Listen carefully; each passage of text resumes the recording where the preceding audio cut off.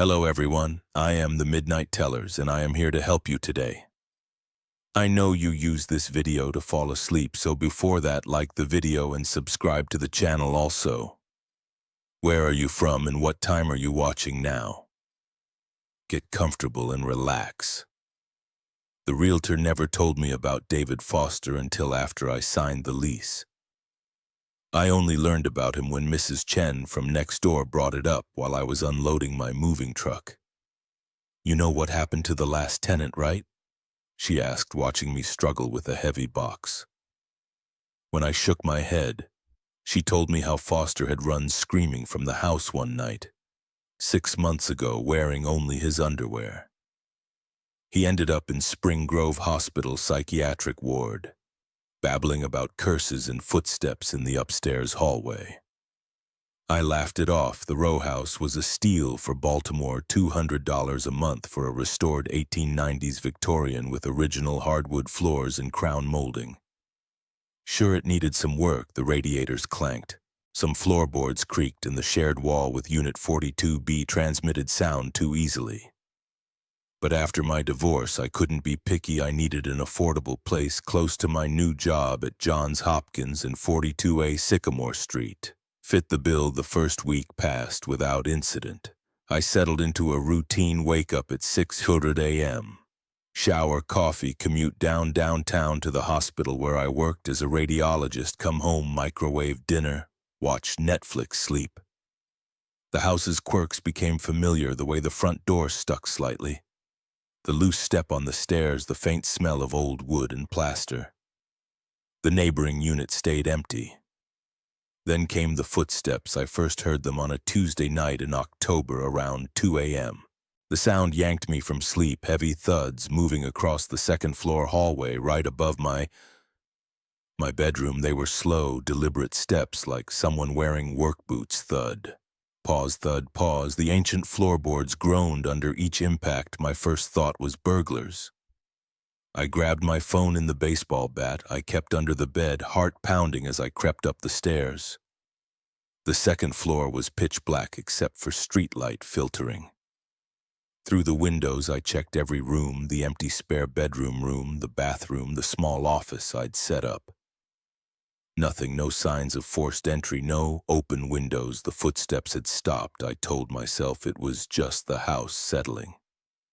These old places made weird noises, everyone knew that, but the next night, same time, the footsteps returned. This time they paced back and forth for nearly an hour. I lay rigid in bed, bat clutched to my chest, listening to the slow, methodical thuds traverse the hallway above me. After the third night, I called my landlord. Look, the place is over 100 years old, he said. Pipes expand and contract, wooden beams shift, it's normal.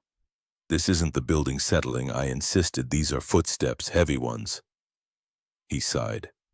Mr. Walker, I assure you the second floor is structurally sound. We had it inspected before you moved in. If you're really concerned, I can send someone to check it out next week, but I couldn't wait that long. The footsteps came every night now, always around 2 a.m. Always with the same slow, heavy rhythm. I started sleeping with every light in the house on. I installed a security system. I even called the police one night, but by the time they arrived, the sounds had stopped. They found nothing suspicious. The lack of sleep started affecting my work. I dozed off while reviewing chest x-rays, mixed up patient files. My supervisor noticed and suggested I take some time off instead. I grew obsessed with researching the house's history. The Baltimore County Records Office had documents dating back to its construction in 1891. Nothing remarkable stood out, just a series of owners and tenants over the decades. No deaths were recorded at the address, no violent crimes. The most recent entry showed David Foster's rental agreement from January to April of the previous year. I tracked Foster down at Spring Grove Hospital, getting in to see him. Wasn't easy. I had to pretend to be a relative. When they finally brought him to the visiting room, I barely recognized him from the driver's license photo in his rental application. His hair had gone completely gray, deep lines creased his face, his hands trembled constantly. The footsteps, he said as soon as I sat down. "You're hearing them too, aren't you, always at 2 a.m.? I leaned forward. "What are they? What's causing them?"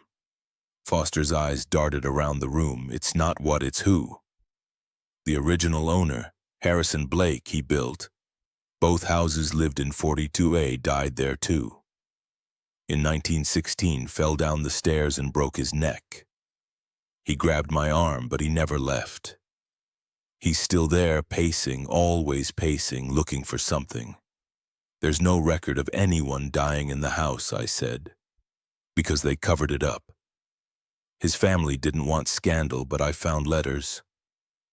Old newspapers Blake was obsessed with. The occult conducted rituals in the basement. Tried to contact the dead." Foster's voice dropped to a whisper. "He succeeded too well. Opened a door he couldn't close. That's why the footsteps never stop. That's why they get louder, closer, until a nurse appeared. Time's up, Mr. Foster," as they led him away. He shouted back at me. "Check the basement behind the coal chute." The truth is there, I spent that afternoon in the basement with a flashlight. The old coal chute was still. They're sealed up decades ago when the house converted to gas. Heat behind it. I found a loose brick. Inside the cavity was a metal box, badly rusted. It contained a leather-bound journal. The pages yellow and brittle, the handwriting was cramped but legible. Harrison Blake's personal diary. Most entries were mundane business records, but they grew increasingly erratic in the months before his death. He wrote about experiments with seances and spirit boards, about voices in the walls, about footsteps that followed him through the house. The final entry was dated October 31st, 1916. "It's here, God help me, it's here. I can hear it coming up the stairs. The ritual worked, but I was wrong about everything, so wrong. It's not a door to the other side, it's a door to something else, something that was never meant to." The entry ended mid-sentence. That night, the footsteps started earlier. 1 a.m., and they were different, faster, more purposeful. They moved from the hallway into the spare bedroom directly above me. There was a scratching sound like nails dragging across hardwood, then silence. I lay in bed, every muscle tense, listening. The digital clock on my nightstand clicked over to 1:59 a.m. A floorboard creaked at the top of the stairs, another creak halfway down, another 3 steps from the bottom. I couldn't move, couldn't breathe. The temperature in the room plummeted. My breath came out in white clouds.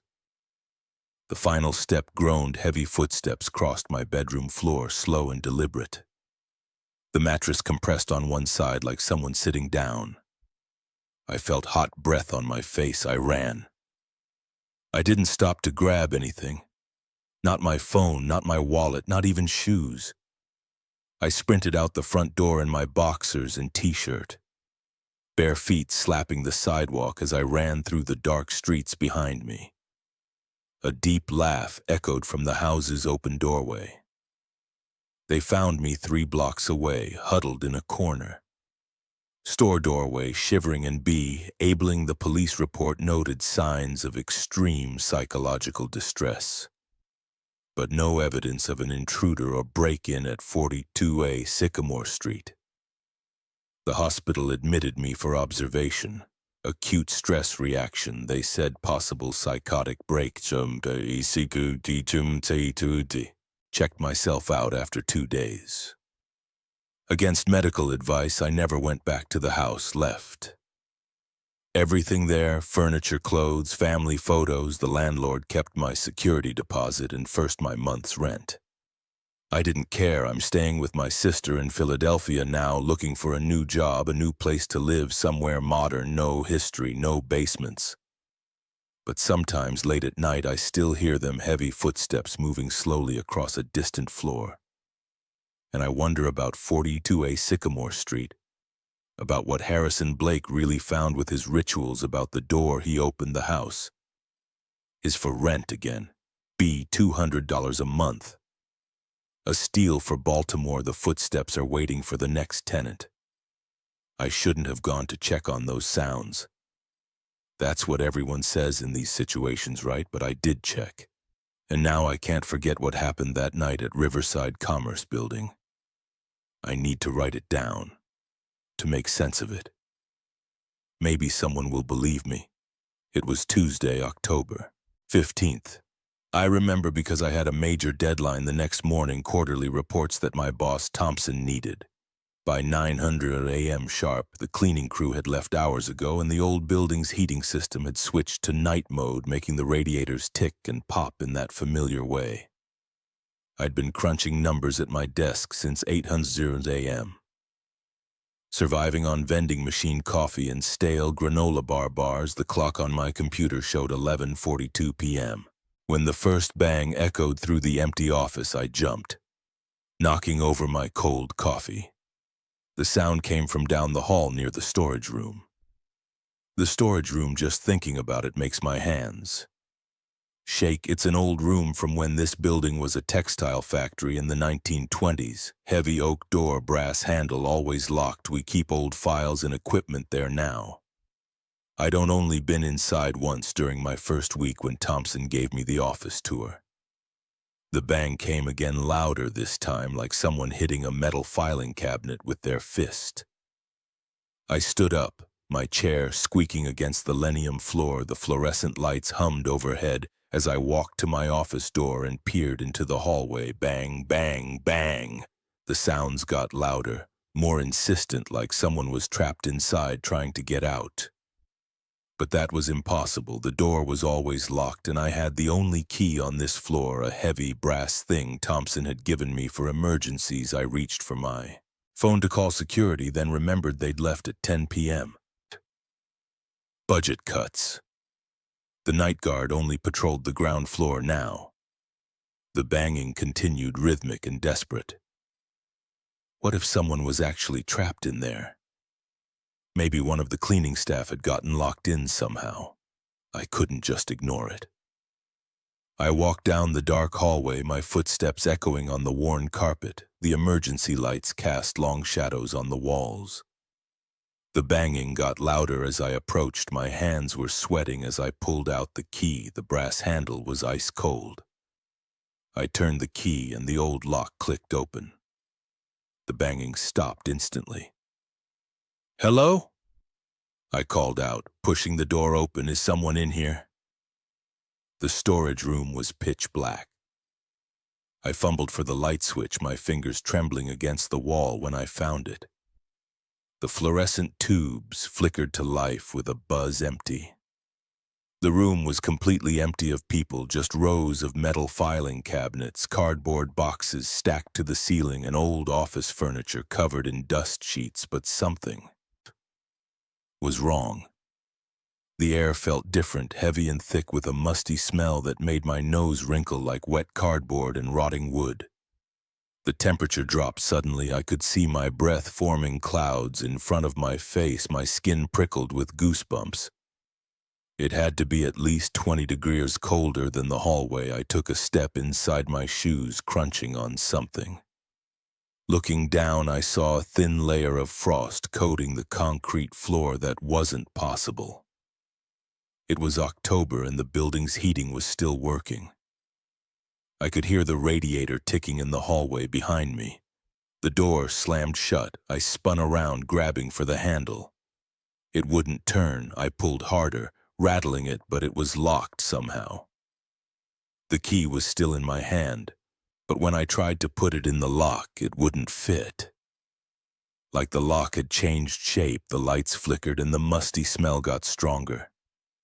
A shadow moved in my peripheral vision. When I turned to look, there was nothing there, just the rows of filing cabinets stretching into the darkness at the back of the room. My phone, I pulled it out of my pocket with shaking hands. No signal, of course. There was no signal. The storage room walls were thick concrete, and we'd always had reception problems down here. Another movement caught my eye. This time when I turned, I saw one of the dust sheets ripple. There was no wind in here, no vents, no windows, nothing that could make fabric move like that. The temperature dropped again. The frost on the floor spread crackling as it formed. My teeth started chattering. I could feel the cold seeping through my shoes, numbing my feet. Bang, the sound came from inside one of the filing cabinets, then another and another all around the room. Metal drawers began to shake and rattle. The noise was deafening in the enclosed space. I backed up against the door, trying the handle again. Still locked, the banging got louder, faster. Dust sheets began to flutter violently like they were being whipped by a sea. Storm papers flew out of boxes, swirling in the air.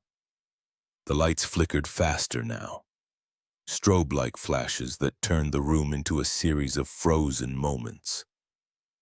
In one flash, I saw a figure standing at the back of the room, tall, impossibly tall, its head brushing the ceiling. In the next flash, it was closer, the next flash closer still. I couldn't move, couldn't breathe. The cold had reached my chest, making each breath painful. The figure was getting closer with each flicker of the lights. I could smell its presence, that overwhelming stench of decay and age. Flash 10 feet away. Its form was wrong, limbs too long, joints bent at impossible angles. Flash 5 feet. I could see where its face should be. Just smooth, pale skin stretched over bone. Flash 3 foot, a hand reaching toward me. Thing ERS, like pale spider legs. The lights went out. I felt something cold brush against my cheek, a whisper in my ear in a voice that sounded like rustling paper. You shouldn't be here, I screamed. My body finally responded, and I slammed myself against the door. It burst open, sending me sprawling into the hallway. I scrambled to my feet and ran, didn't look back. Didn't stop until I reached my car in the parking lot the next morning. I arrived at work late. Thompson was angry about the quarterly reports, but I couldn't care less. I walked straight to the storage room. The door was locked just like always. When I unlocked it, everything was normal. No frost, no scattered papers. The temperature was fine, but the smell was still there, faint but unmistakable. And when I checked the security footage from the previous night, trying to prove to myself that something had happened, I found that the cameras had stopped recording between 11:40 p.m. and 12:15 a.m. Just static. I gave my 2 weeks' notice that afternoon, found a new job across town. But I still dream about that night, about the cold and the banging and that figure in the darkness. Sometimes when I'm working late at my new office, I hear a faint knocking sound, and even though I know it's just the heating system or the building settling, I pack up my things and leave, because now I know what lives in old buildings after dark, what hides in locked rooms and empty spaces, what waits behind closed doors, making sounds that shouldn't be there, hoping someone will be curious enough to investigate. I know. And I can never forget. I've written this down as a warning. If you're working late and you hear strange sounds coming from somewhere, you know should be empty. Don't investigate. Don't unlock any doors. Just leave immediately. Because if you open that door like I did, you might find out that some rooms aren't meant to be opened, some spaces aren't meant to be explored, and some things are locked away for a very good reason. I still have nightmares about what I saw in that storage room, but what really keeps me awake at night is a different thought. What if I hadn't been able to get out? What if that thing had kept me there in that cold darkness? What if I'd become another sound in the night, banging on the door, hoping someone would be foolish enough to check? Sometimes when I drive past my old office building late at night, I look up at the windows. Most are dark, but occasionally I see a light on in someone's office, someone working late like I used to.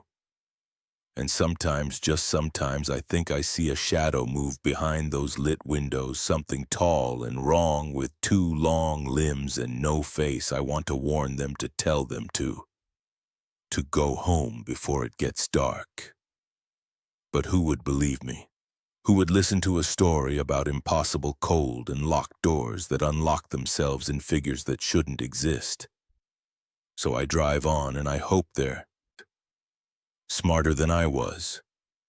I hope they never have to learn what I learned that night, that some sounds should go uninvestigated, some doors should stay locked, and some rooms should remain unopened, because now I know the truth about old buildings and empty rooms. They're not always as empty as they seem, and sometimes when something makes a sound it shouldn't make, the worst thing you can do is go and check. I know that now, I just wish I'd known it then. My hands were shaking when I pulled that piece of paper from the coat pocket. Just a folded scrap, yellowed and creased with 5 words scrawled in messy handwriting. I should have thrown it away, should have tossed it in with the other garbage I was sorting through at the thrift store. Instead, I read those words again now. He is behind you. I've worked at second time around thrift for 3 years now. Every day I sort through the donations, price items, stock shelves. It's mindless work, but it pays the bills. That Tuesday started like any other. Mountains of garbage bags filled with clothes dumped at our back door. Overnight I was going through the one by one, separating what we could sell from what needed to be trashed. The coat was nothing special, brown wool, probably from the 80s, with worn elbows and a torn lining. As I checked the pockets before throwing it in the reject pile, my fingers brushed against paper, probably an old receipt or grocery list, but I always check. You'd be amazed what people forget in their pockets: cash, jewelry, love letters, photographs. When I unfolded the note, the hair on my arm stood up. The handwriting was jagged, pressed deep into the paper, like whoever wrote it was desperate. Just those 5 words, no date, no signature. I looked behind me, empty sorting room, just clothes and boxes, but my neck tingled like someone had just blown cold air across it. Get it together, I muttered. I crumpled the note and aimed for the trash can, but I couldn't let go. Something about those words dug into my brain. I smoothed the paper out and slipped it into my pocket. The rest of my shift crawled by every few minutes. My hand would drift to my pocket, touching the note through the fabric twice. I caught myself looking over my shoulder at nothing. By the time I clocked out at 6, I was jumpy enough that I rushed to my car without saying goodbye to anyone. The drive home was normal. Traffic was light, sky going dark with winter coming on. I live alone in a small ranch house on the outskirts of town. Used to love how quiet it was out there. As I pulled into my gravel driveway, the silence felt different, heavy watching. I went through my usual routine, kicked off my shoes, microwaved leftover pasta, grabbed a beer from the fridge, sat down to watch TV. But I couldn't focus on the screen. The note was still in my pocket, burning against my leg. I took it out and set it on the coffee table the first night. Knock came at 8:47, 3 sharp raps on my kitchen door. I muted the TV, heart suddenly pounding. Nobody uses that door. It opens onto my backyard, which is fenced in. The only way to reach it is through the gate, which I always keep locked. I waited, barely breathing, nothing but silence. Then 3 more knocks, harder. This time I stood up slowly, legs shaking. "Who's there?" My voice came out as a croak. No answer. I crept to the kitchen, staying away from the windows. The door was solid wood with no window. The knocking came again, right in front of me. Bang! Bang! Bang! I jumped back, stumbling against the counter. "This isn't funny," I shouted. "I'm calling the police." I grabbed my phone from my pocket with trembling fingers as I dialed 911. Something scraped against the door, like nails or claws being dragged down the wood. The sound went on and on, setting my teeth on edge. The 911 operator answered. I tried to explain, but halfway through describing the knocking, it stopped. Complete silence fell.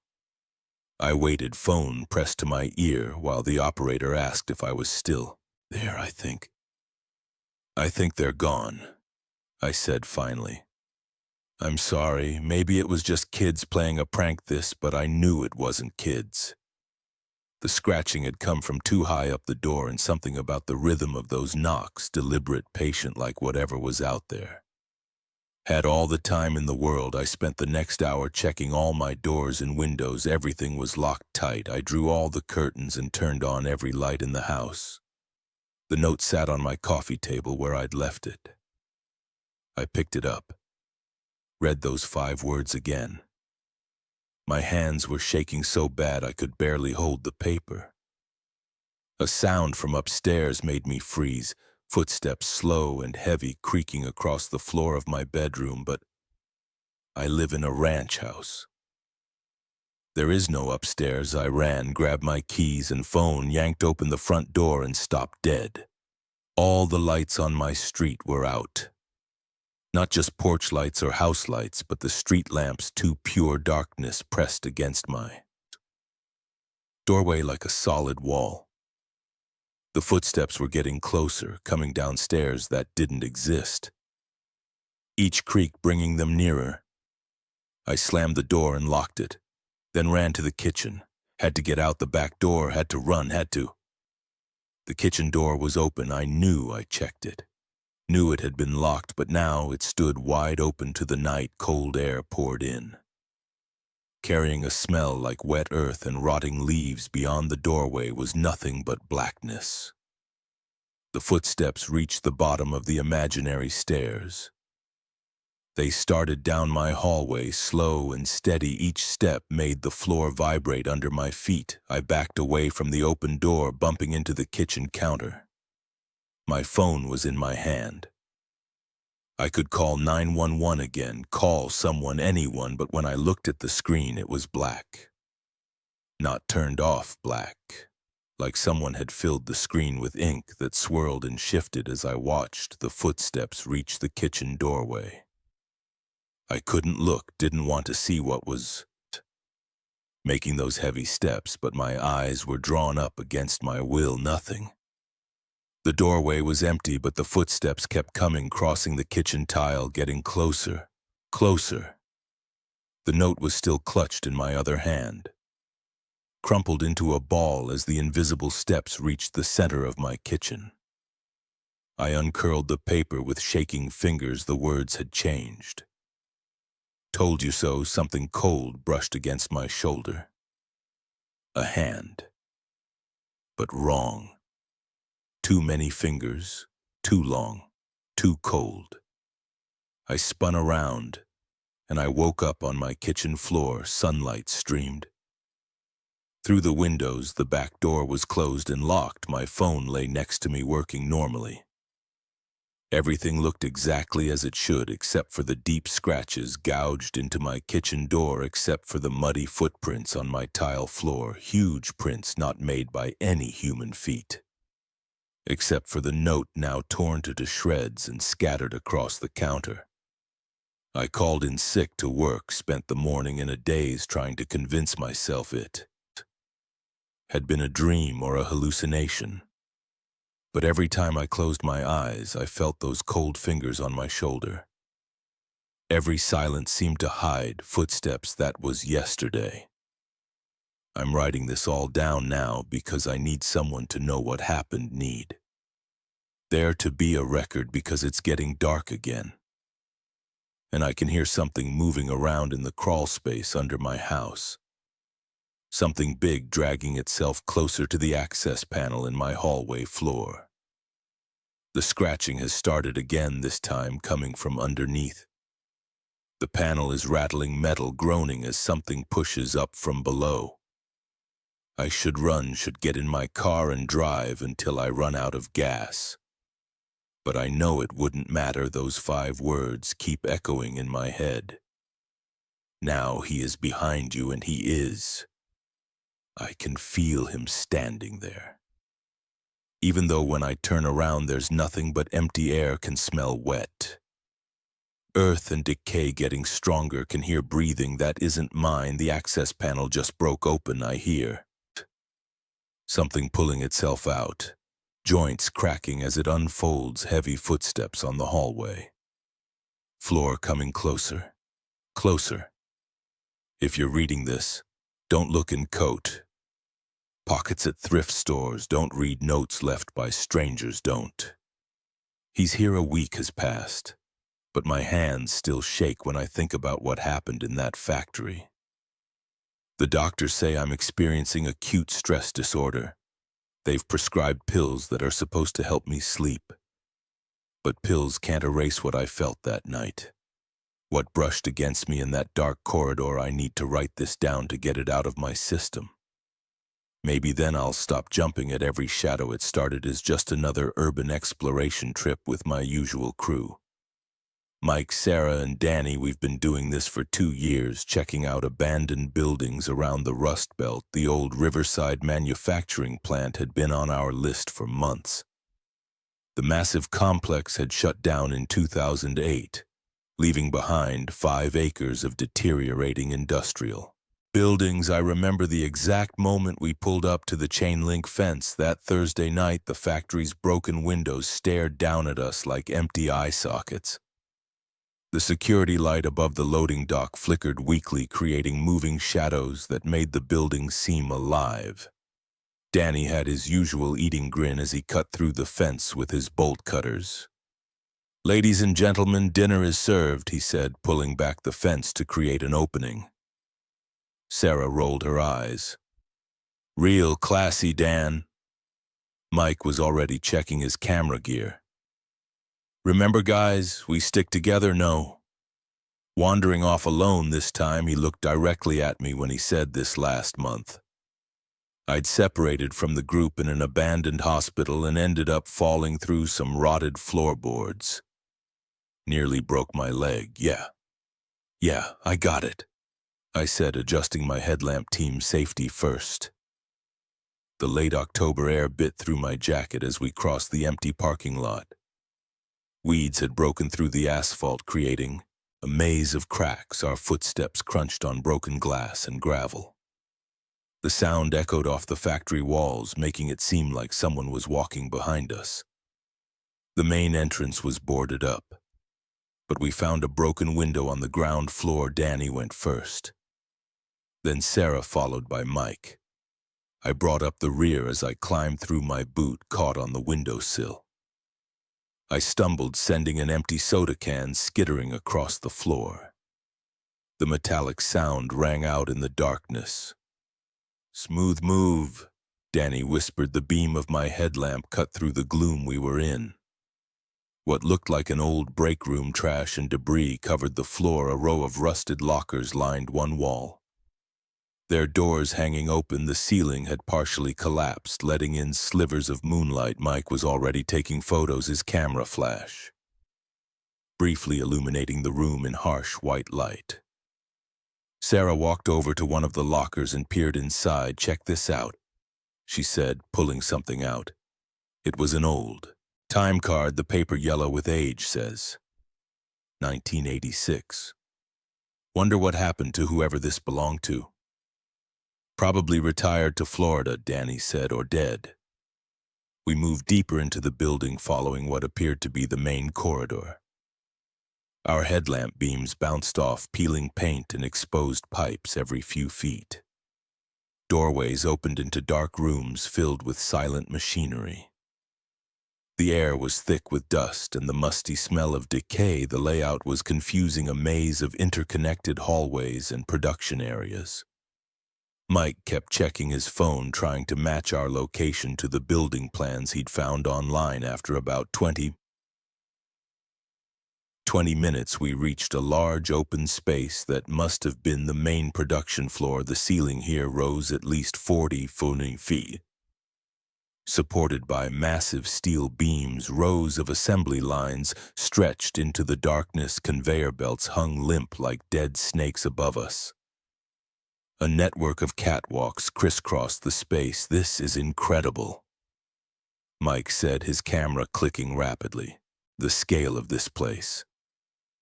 Sarah was already climbing onto one of the conveyor belts. "Hey guys, I bet we can follow this to see where it goes." We spent the next hour exploring the production floor, documenting everything with photos and video. Danny found an old control panel and pretended to operate it, making machine noises like a kid. Sarah discovered a collection of employee photos still hanging on a bulletin board in what had been a supervisor's office. The faces stared out at us from behind clouded plastic. Frozen in time, it was when we decided to check out the second floor that things started to feel wrong. The steel stairs creaked under our weight as we climbed at the top. The hallway split in two directions, left or right, Danny asked Mike. Consulted his phone. Left should take us toward the administrative offices, right? Goes to more production areas. Offices might have more interesting stuff to find. Sarah said documents, photos, that kind of thing. We turned left. This corridor was narrower than the ones downstairs. The ceiling was lower too, creating a more claustrophobic feeling. Water damage had caused the walls to bubble and peel every few yards. Black mold spread across the surface like bruises. The office were in bad shape. Years of exposure to the elements had rotted. Most of the furniture, paper lay everywhere, turned to pulp by water in time. The few items that remained intact were covered in a thick layer of dust. Sarah found an old desk calendar still open to October 1986. She photographed it while Danny rummaged through filing cabinets. Mike was focused on capturing the decay, the way nature was slowly reclaiming the space. I hung back, scanning my light beam across the walls. Something about this area felt different. The air seemed heavier, more oppressive. I noticed the temperature had dropped several degrees. "Hey guys," I called out. "Anyone else? Feel how cold it got up here." Old buildings like this always have weird temperature changes, Mike said, not looking up from his camera, probably just a draft from somewhere.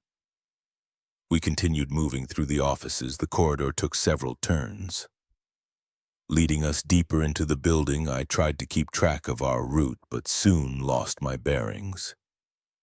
The identical doorways and peeling walls all blended together. After about 15 minutes, we reached another set of stairs leading up to the third floor. A metal sign, barely legible under years of grime, read, "Executive offices. Should we check it out?" Danny asked. Sarah checked her watch. "We've been here almost 2 hours. Maybe we should start heading back." "Come on, we're already here," Danny said. "When are we going to get another chance to see this place before anyone could respond?" A loud crash echoed from somewhere behind us. We all jumped, our headlamp beams swinging wildly around. "What was that?" Sarah whispered. "Probably just something falling," Mike said, but his voice was tense. "These places are always settling." We stood, silent for a moment, listening. The only sound was our breathing and the faint drip of water somewhere in the darkness. "Let's just check out the third floor quickly and then head back," Danny suggested. No one argued. We climbed the stairs, the metal steps ringing hollow under our feet. At the top, we found ourselves in a short hallway ending in a set of double doors. Brass letters on the wall spelled out "Boardroom." The doors were locked, but Danny made quick work of them with his crowbar. They opened with a grinding screech that set my teeth on edge. Our lights revealed a large conference room dominated by a massive wooden table. The far wall was all windows, though most of the glass was broken now. "This is more like it," Danny said, walking around the table. "Check out this view." We spread out to explore the room. Mike focused on photographing the elaborate light fixtures hanging from the ceiling. Sarah examined the built-in cabinets along one wall. I walked over to the windows, careful to avoid the broken glass on the floor. From this height, I could see most of the factory complex spread out below. The moonlight gave everything a silvery, otherworldly quality. Movement caught my eye. Probably a bird or a plastic bag caught in the wind. That's when I first felt it. A slight change in the air pressure. Like when someone walks past you very quickly. I turned, expecting to see one of my friends, but they were all still occupied with their There, exploring on the other side of the room, a chill ran down my spine. I told myself it was just a draft from the broken windows. But something felt off. The sensation had been too distinct, too purposeful. "Hey guys," I said, my voice sounding strange in my ears. "I think maybe we should." Before I could finish, all our headlamps flickered simultaneously. For a split second, we were plunged into complete darkness. When the lights came back on, everyone was looking around nervously. "Okay, that was weird," Sarah said. "Battery interference." "Maybe all 4 lights at exactly the same time?" Mike asked. "That's not normal, Latoon. Get out of here." I said. Something in my tone must have conveyed my unease because no one argued. We made our way back to the stairs. Moving faster than before, the temperature seemed to be dropping rapidly. I could see my breath forming clouds in my headlamp beam as we descended to the 2nd floor. I noticed the sounds of our footsteps had changed. Instead of 4 sets of steps, I could distinctly hear 5. The extra footfalls were slightly out of sync with ours, like someone following just a bit too slowly. I stopped and turned around, shining my light up the stairs. Nothing was there, but the footsteps continued for a fraction of a second after we'd all stopped moving. "Did anyone else hear that?" I asked. "Hear what Danny said?" But I could see the tension in his face before I could explain. A door slammed somewhere above us. The sound echoed through the stairwell like a gunshot. Sarah let out a small scream. "Run," Mike said quietly, then louder. "Run." We bolted down the stairs, taking them 2 at a time. I was at the back of the group again as we reached the 2nd floor. Landing, I felt it again. That sensation of something passing close by. But this time it was stronger, more defined. I could have sworn I felt fabric brush against my arm, and then I heard it. A deep, raspy breath right behind my left ear. I froze. The others were already halfway down the corridor, their headlamp beams bouncing wildly as they ran. I wanted to call out to them, but my voice wouldn't work. The breathing continued heavy and wet, like someone who had been running for a long time, slowly fighting against every instinct, screaming at me to run. I turned my head. My headlamp illuminated empty air, but the breathing didn't stop. If anything, it got louder. That's when I noticed the dust motes in my light beam. They were swirling in a distinct pattern, as if being disturbed by something I couldn't see, something roughly the size and shape of a person. The scream that tore from my throat didn't sound human. I ran faster than I've ever run in my life, chasing after the retreating lights of my friends. The breathing followed me, along with the sound of rapid footsteps that were definitely not my own. I caught up with the others at the bottom of the main stairs. They were waiting for me, faces pale in the glow of their headlamps. "What happened?" Mike demanded. "What was that scream?" I couldn't speak. I just pointed back up the stairs, trying to catch my breath. That's when we all heard it, footsteps descending the stairs behind me. Heavy, deliberate steps, but our light showed nothing there. We ran for the exit. I don't remember much of that journey through the dark corridors. Everything was a blur of panic and adrenaline somehow. We found our way back to the broken window we'd entered through. Danny went through first, then helped Sarah. Mike pushed me ahead of him as I climbed through. I felt something grab my ankle. The touch was ice cold and felt like fingers. But when I kicked and yanked my leg free, nothing was visible. We didn't stop running until we reached Mike's car. Sarah was crying. Danny looked like he was going to be sick. Mike's hands were shaking so badly he dropped his keys twice before managing to unlock the doors as we peeled out of the parking lot. I looked back at the factory in a 3rd-floor window. The boardroom where we'd been. I saw a light, not our headlamps, but a pale bluish glow as I watched it moved away from the window and disappeared into the darkness. The police didn't believe us when we reported what happened.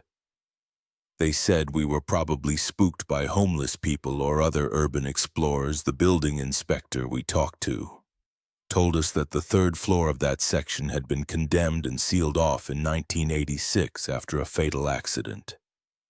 He wouldn't give us details. I've done some research since then. In October 1986.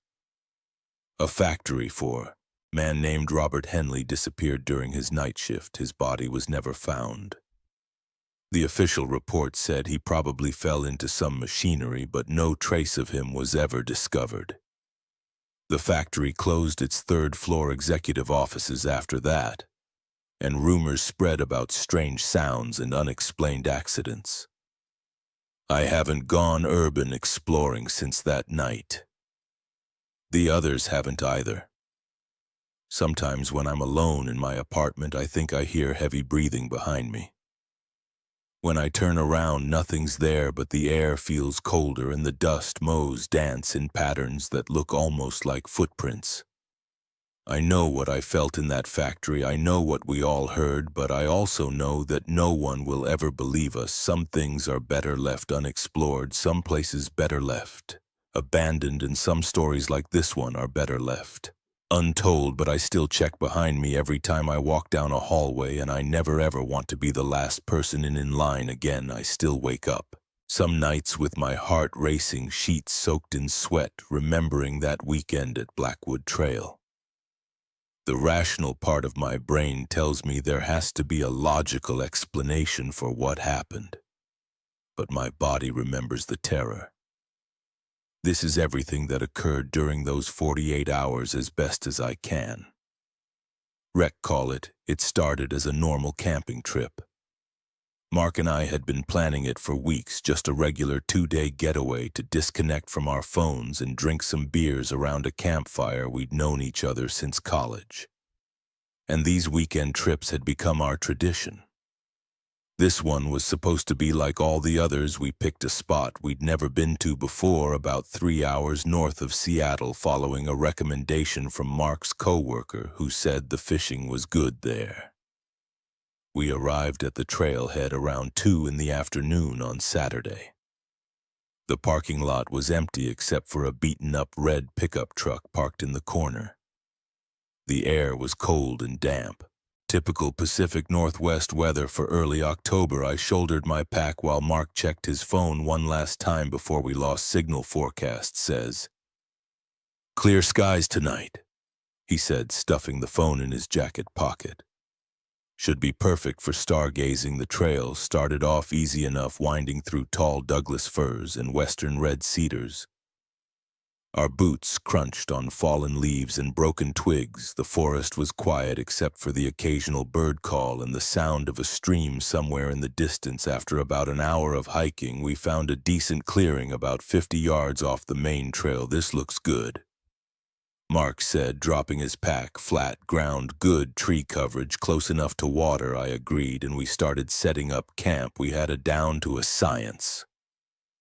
After years of doing this, Mark handled the tent while I gathered firewood and cleared a space for the fire pit by 400. We had everything set up, our 4-person tent, camp chairs, and a neat pile of firewood ready. For later, we spent the afternoon fishing at the nearby stream. The water was clear and cold, running fast over smooth rocks. We caught a couple of small trout, nothing worth keeping, so we released them back as the sun started to set. We headed back to camp to start dinner. That's when I noticed the first odd thing. Our camp chairs had been moved. Not knocked over by the wind, moved. They were now facing the trees instead of the fire pit where we left them. Mark didn't seem concerned. "Probably some hikers passed by and used them for a quick rest," he said, turning them back around. I nodded. But something felt off. We hadn't seen or heard anyone else on the trail all day, and our camp wasn't visible from the main path still. I pushed the thought aside and focused on getting the fire started. The temperature dropped quickly after sunset. We sat around the fire eating freeze-dried stroganoff and drinking beer, swapping the same old stories we always did. Everything felt normal until about 900. When Mark suddenly stopped mid-sentence and tilted his head. "Did you hear that?" he asked. I listened at first. All I could hear was the crackling of the fire and the usual forest sounds. Then I heard it voices. They were too far away to make out any words, but they sounded like they were coming from somewhere in the darkness behind our tent. The voices were muffled, like people trying to talk quietly but not quite succeeding. "Hello," Mark called out. His voice echoed slightly through the trees, no response. We sat in silence for a few minutes, straining to hear more. The voices had stopped. I grabbed my flashlight and swept the beam through the trees, but the light only reached about 30 feet. Before being swallowed by darkness, nothing moved in the illuminated areas except shadows cast by the swaying branches. "Probably just other campers," I said. Not believing it myself, the voices hadn't sounded like normal camping chatter. They sounded urgent, almost angry, like people having an argument but trying to keep their voices down. We stayed up another hour, but the voices didn't return. The fire had burned down to embers when we decided to turn in. I made sure our food was properly stored in the bear canister and placed it far from our tent. Inside the tent, I checked that my knife was within reach, then slipped into my sleeping bag. I don't know what time it was when I woke up. The moon was bright enough that I could see Mark's outline in his sleeping bag next to me. He was sitting up, completely still. "Mark," I whispered, "there's someone out there." He whispered back, "Listen." I held my breath. Footsteps crunched in the leaves outside our tent, slow and deliberate. They circled the tent once, twice, then stopped near the entrance. The shadow of a figure fell across the tent wall. Visible in the moonlight, it stood there, not moving, not making a sound. My heart hammered against my ribs. I reached for my knife with trembling fingers. The shadow remained still for what felt like hours, but was probably only minutes. Then it moved away, and the footsteps resumed, heading into the forest. Neither of us spoke until the sound had completely faded away. Mark switched on his flashlight. "We need to check outside," he said. "Are you crazy? We should stay in the tent. What if they're messing with our food or our cars?" He had a point. We couldn't afford to lose our supplies or end up stranded. We grabbed our flashlights and knives and unzipped the tent as quietly as possible. The clearing looked exactly as we'd left it. The fire pit held cold ashes. Our chairs sat empty around it. The bare canister was untouched. We swept our lights through the surrounding trees but saw nothing unusual. "Look at this," Mark said suddenly. His light beam was focused on the ground near the tent. A single boot print was pressed into the soft earth, much larger than either of our boots. We did a complete circuit of our campsite, finding nothing else out of place. The forest had fallen silent. No insects chirping, no nightbirds calling, just absolute silence. "Maybe we should pack up," I suggested. "Hike out now." Mark shook his head. "It's too dangerous to hike at night.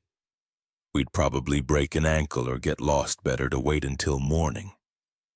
We went back into the tent, but neither of us slept. We sat up, backs against our packs, knives ready. Every snapping twig or rustling leaf made us flinch. Around 300 in the morning. The voices returned. They were closer than this time, and there were more of them. They seemed to be all around us, moving through the trees, still speaking in those urgent, muffled tones. I couldn't make out any words, but the voices didn't sound entirely right.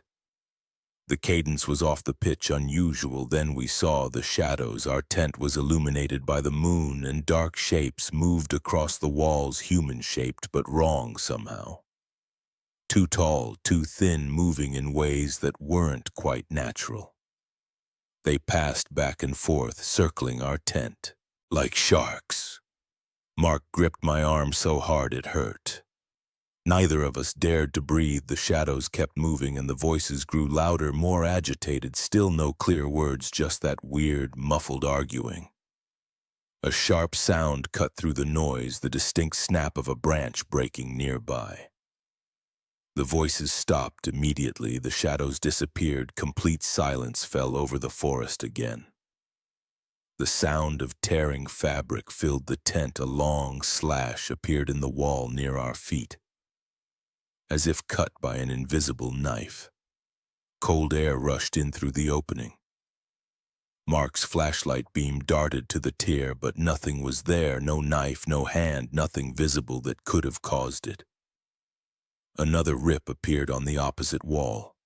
Then another tears opened up all around us, but we couldn't see what was causing them. The voices started again, louder now, almost at shouting volume, but still muffled, still incomprehensible. Run!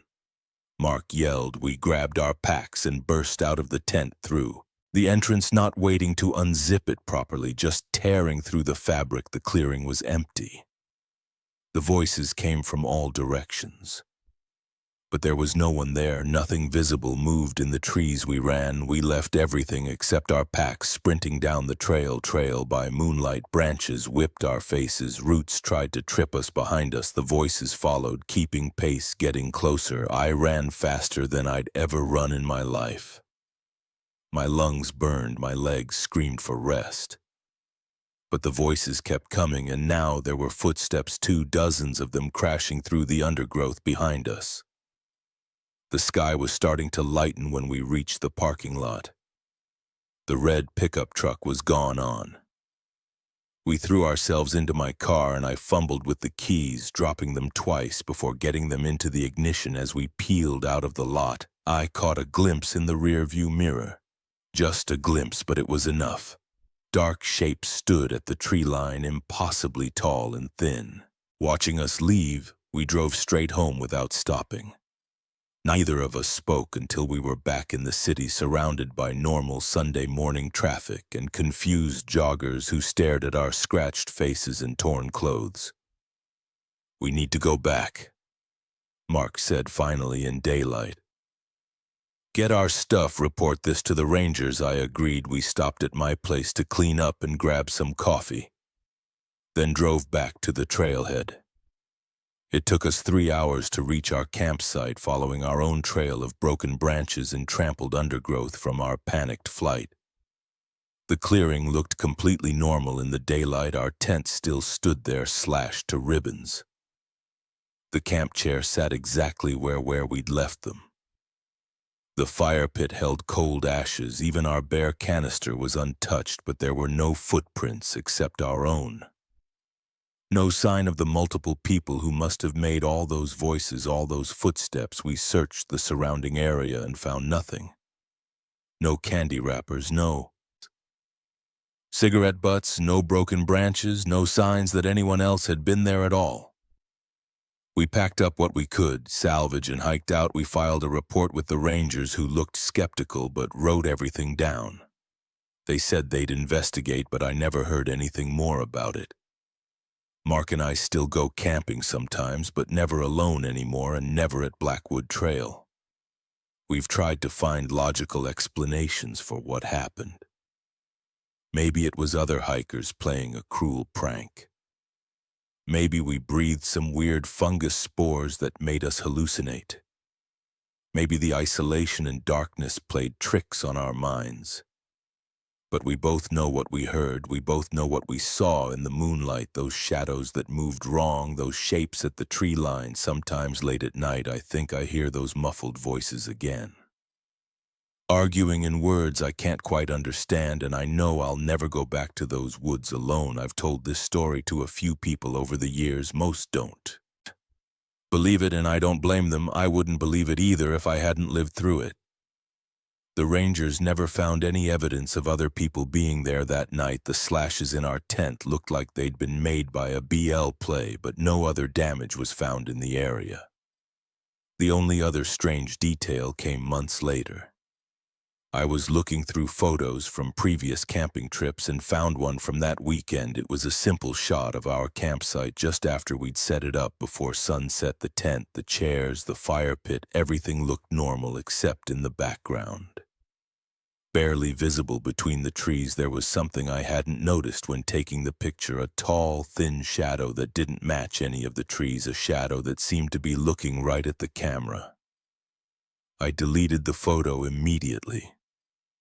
Some things are better left unexamined, some questions better left unanswered, but I still check my tent carefully every night before I go to sleep, looking for tears that shouldn't be there, listening for voices that shouldn't exist.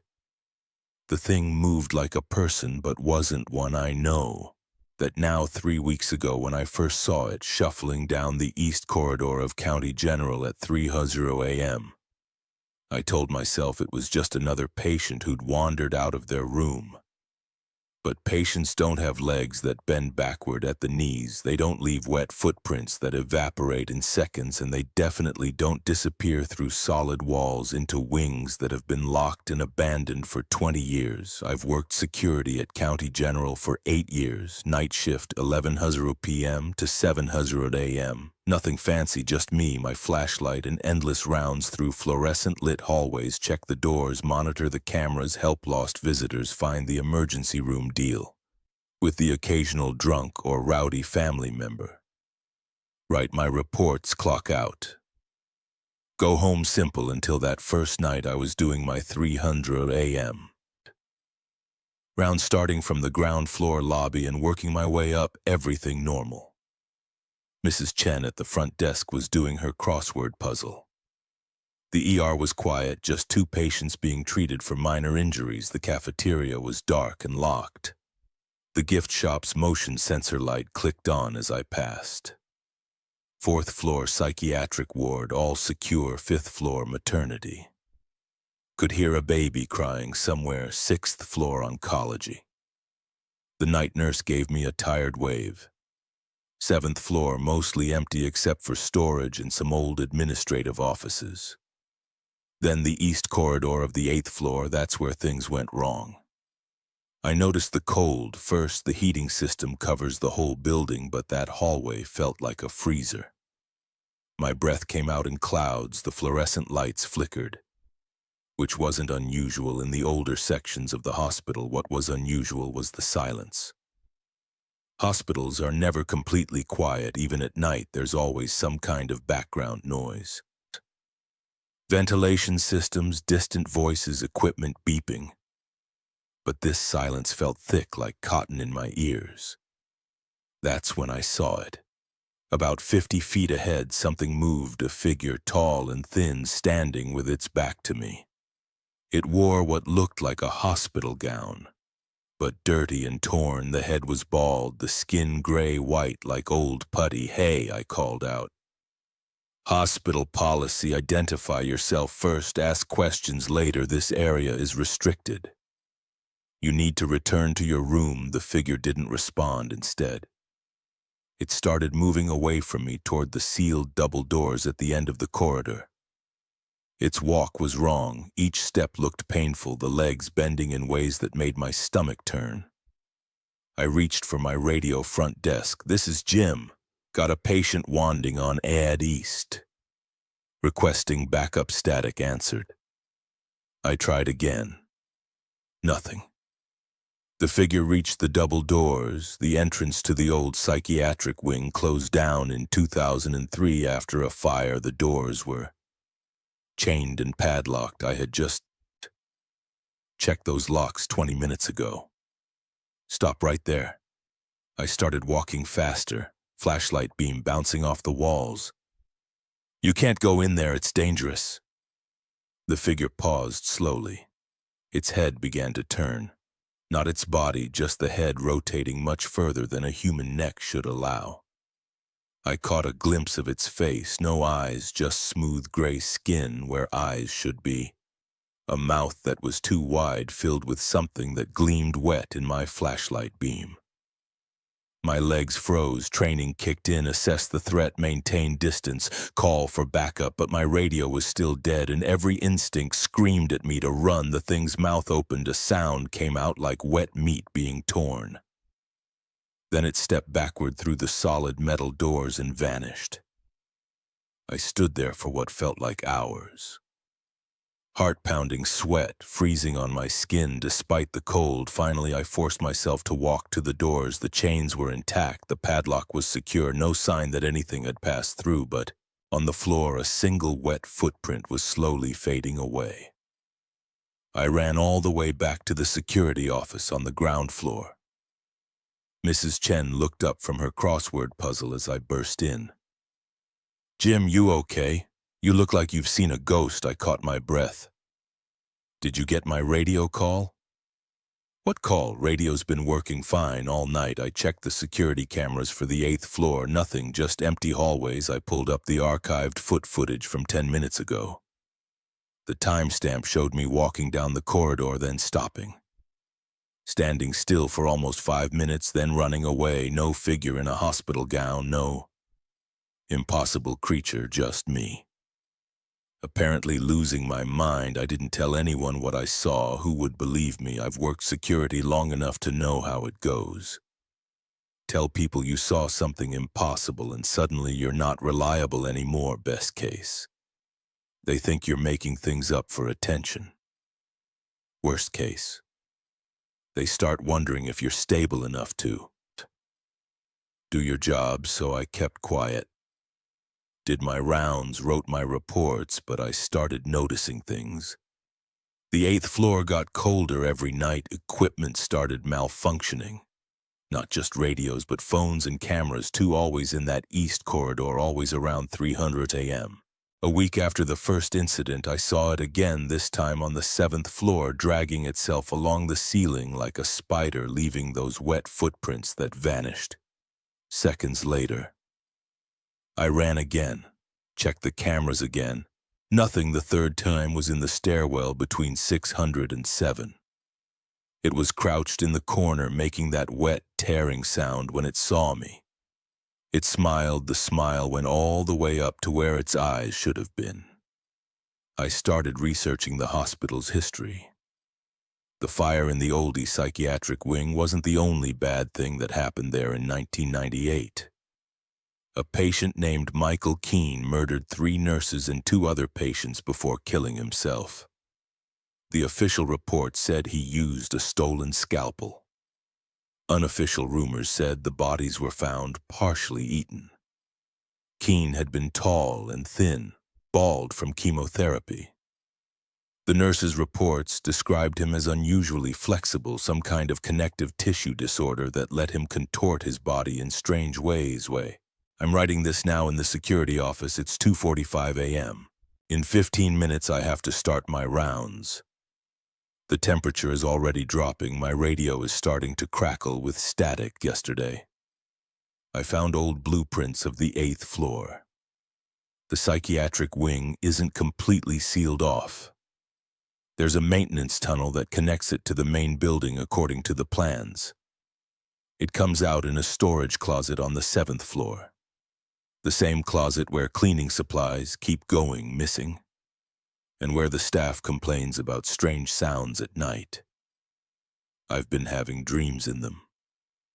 I'm walking through the old wing. The fire damage is still visible on the walls. There's something important I need to find there. Something that was left behind when they sealed it off in the dreams. I hear that wet, tearing sound getting closer and closer, and I know somehow that the thing I've been seeing isn't Michael Keene. It's what he became, what was using his body even before he died the night shift. Supervisor called me into his office yesterday, said I seemed distracted lately, asked if everything was okay at home, mentioned that other staff had noticed me talking to myself during rounds.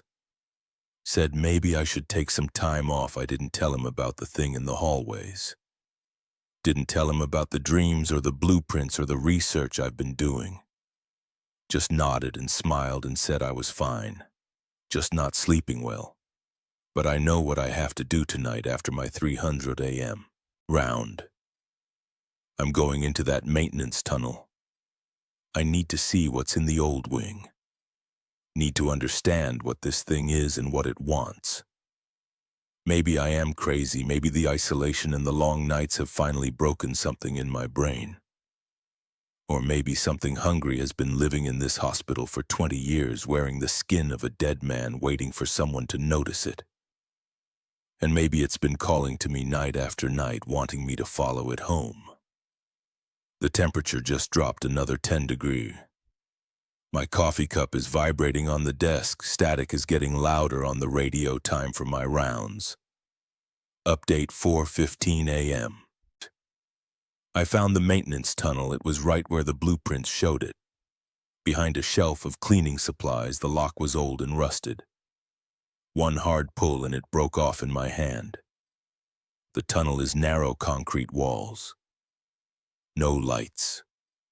My flashlight beam only reaches about 10 feet ahead. The air smells like mold and something else. Something meat, sweet and rotting. I can hear movement up ahead. Wet sounds breathing. That's not quite breathing. The thing is waiting for me. I know that now. It's been waiting all along. My flashlight is starting to flicker. The battery was fresh when I started my shift. If anyone finds this, tell them I wasn't crazy. Tell them to seal up this tunnel. Tell them to burn this whole place down if they have to. It's looking at me now. No eyes, but it's looking at me. That smile is getting wider. I think I finally understand what it wants. It's so hungry, and I followed it home. The dream started 3 months ago. Every night the same dark forest, every night the same hooded figure watching me from between the trees. And now as I sit alone in my tent in the middle of nowhere, I know that what I feared most has finally happened. The thing from my dreams has crossed over into reality.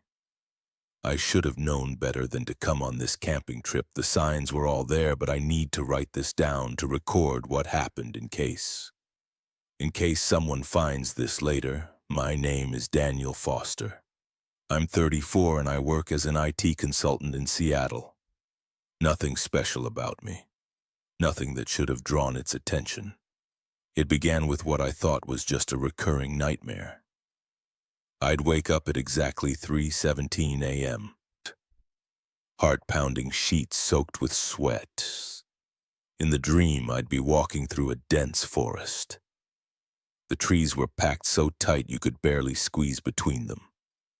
No trail, no markers, just endless trunks disappearing into darkness, and then I'd see it always in the same spot, always standing perfectly still, a figure in a black hood, impossibly tall and thin. Its face, if it had one, was hidden in shadow. It never moved, never spoke, just watched. I could feel its eyes on me even though I couldn't see them. The dreams were so vivid that I'd wake up with the smell of wet earth and rotting leaves in my nostrils. I tried everything to stop them: sleep, medication, meditation, therapy. Dr. Roberts, my therapist, said it was just stress manifesting itself. Told me to take some time off work, maybe go somewhere with friends, get out of your routine, she said. Do something fun and relaxing. That's how I ended up here on this camping trip with Mike and Steve. They'd been trying to get me to come hiking with them for years. When I finally said yes, they couldn't believe it. We drove 5 hours into the Cascade Mountains, following logging roads until we couldn't drive any further. The plan was to hike to Fisher Lake, spend 3 days fishing and camping, then head back. The first day went fine. We set up camp about a half-mile from the lake in a small clearing. Mike brought his expensive tent. Steve had his old reliable Coleman, and I borrowed my brother's 2-person North Face. We grilled hot dogs, drank some beers, told stupid stories around the campfire, normal stuff. I even started to relax a little. That night I slept without dreaming for the first time in months.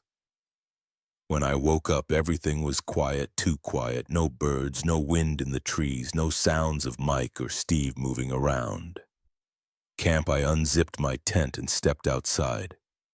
The clearing was empty. Their tents were gone. The fire pit was cold and clean, like it had never been used. Even their backpacks had vanished. My tent was the only sign that anyone had ever been here. I checked my phone. No signal, of course. The screen showed 3:17 a.m. That's when I saw it, standing at the edge of the clearing. The same hooded figure from my dreams, but this time I wasn't going to wake up. It was taller than any human could be, at least 8 feet. Its black robe hung in perfect stillness, even though I could feel a cold breeze on my face. The hood was pointed slightly down, aimed directly at me. I'm writing this now because I need to keep my hands busy, need to focus on something other than the fact that it's still out there. I can see its shape through the tent wall. A darker shadow against the darkness. It hasn't moved in hours, just watching. Waiting. The rational part of my brain keeps trying to make sense of this. Maybe I'm still dreaming. Maybe I had a mental breakdown and imagined the whole camping trip. Maybe Mike and Steve are playing some elaborate prank. But I know none of that is true. I know because I can smell that same wet earth and rotting leaves from my dreams stronger than ever. I've checked my watch 12 times while writing this. It still says 3:17 a.m. It's been 3:17 a.m. For what feels like days now. Earlier, I tried shouting for help. My voice seemed to die a few feet from my mouth, like the air itself was dead.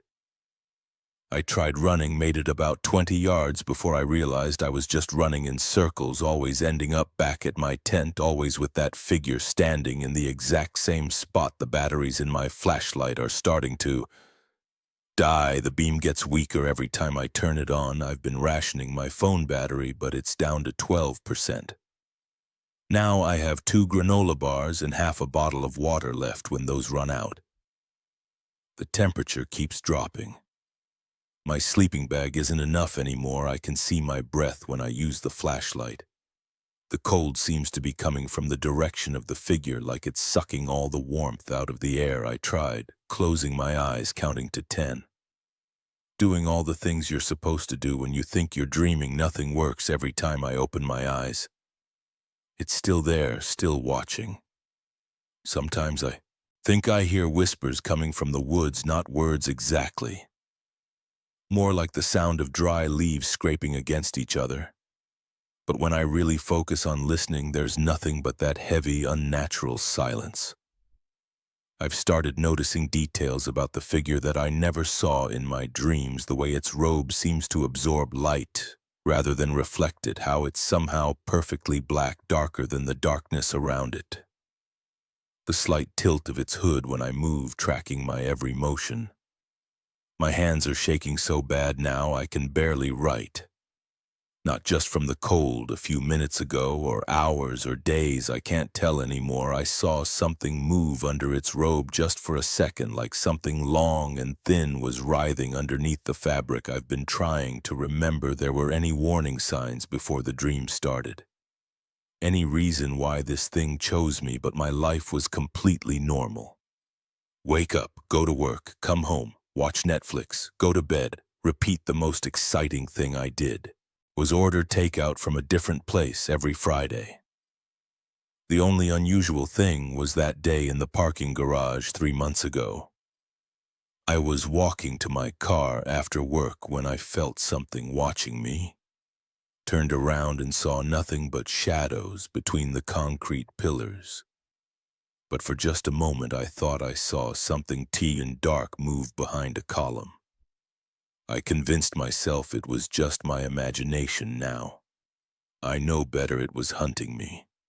Even then, the dreams weren't warnings, they were it teaching me to fear it, training me like a dog to recognize its master.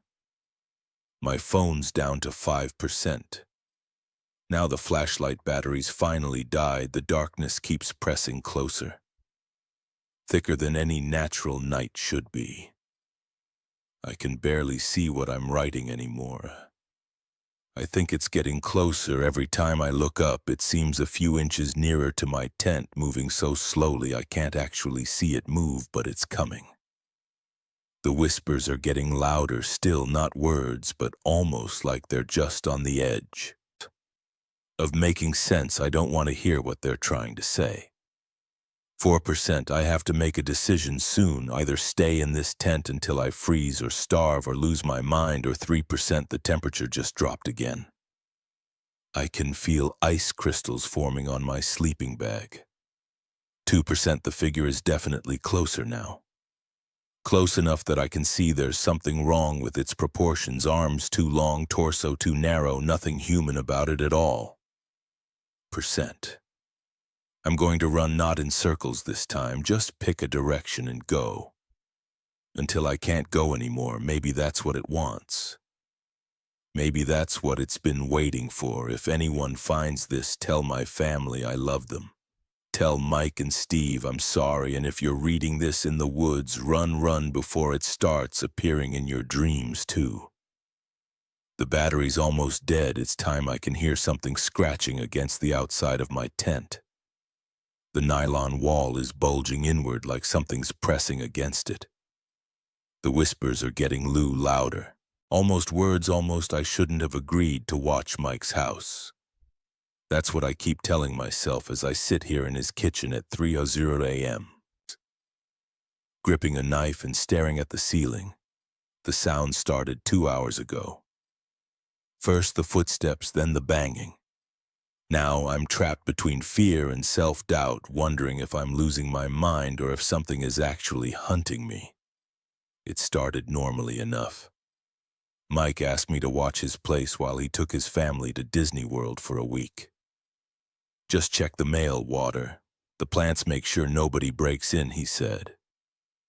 Simple enough. I've known Mike since college, and his Victorian-style house always seemed nice, if a bit old. Sure, it needed some work, peeling paint on the trim, a few loose boards on the porch, but nothing scary. The first 2 days went fine. I'd stop by after work, bring in any packages, water his wife's herb garden, and check that all the doors and windows were locked. I even cleaned out their fridge so nothing would spoil while they were gone. Normal house-sitting stuff tonight was different. I decided to stay over since tomorrow's Saturday, and I didn't have work. Mike said I could use the guest room whenever I wanted. I brought my laptop, planning to watch some movies and relax around 2 a.m.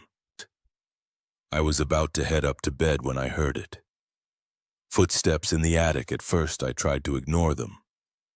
Old houses make noise, that's what Mike always said whenever I commented on the creaks and groans during our game nights.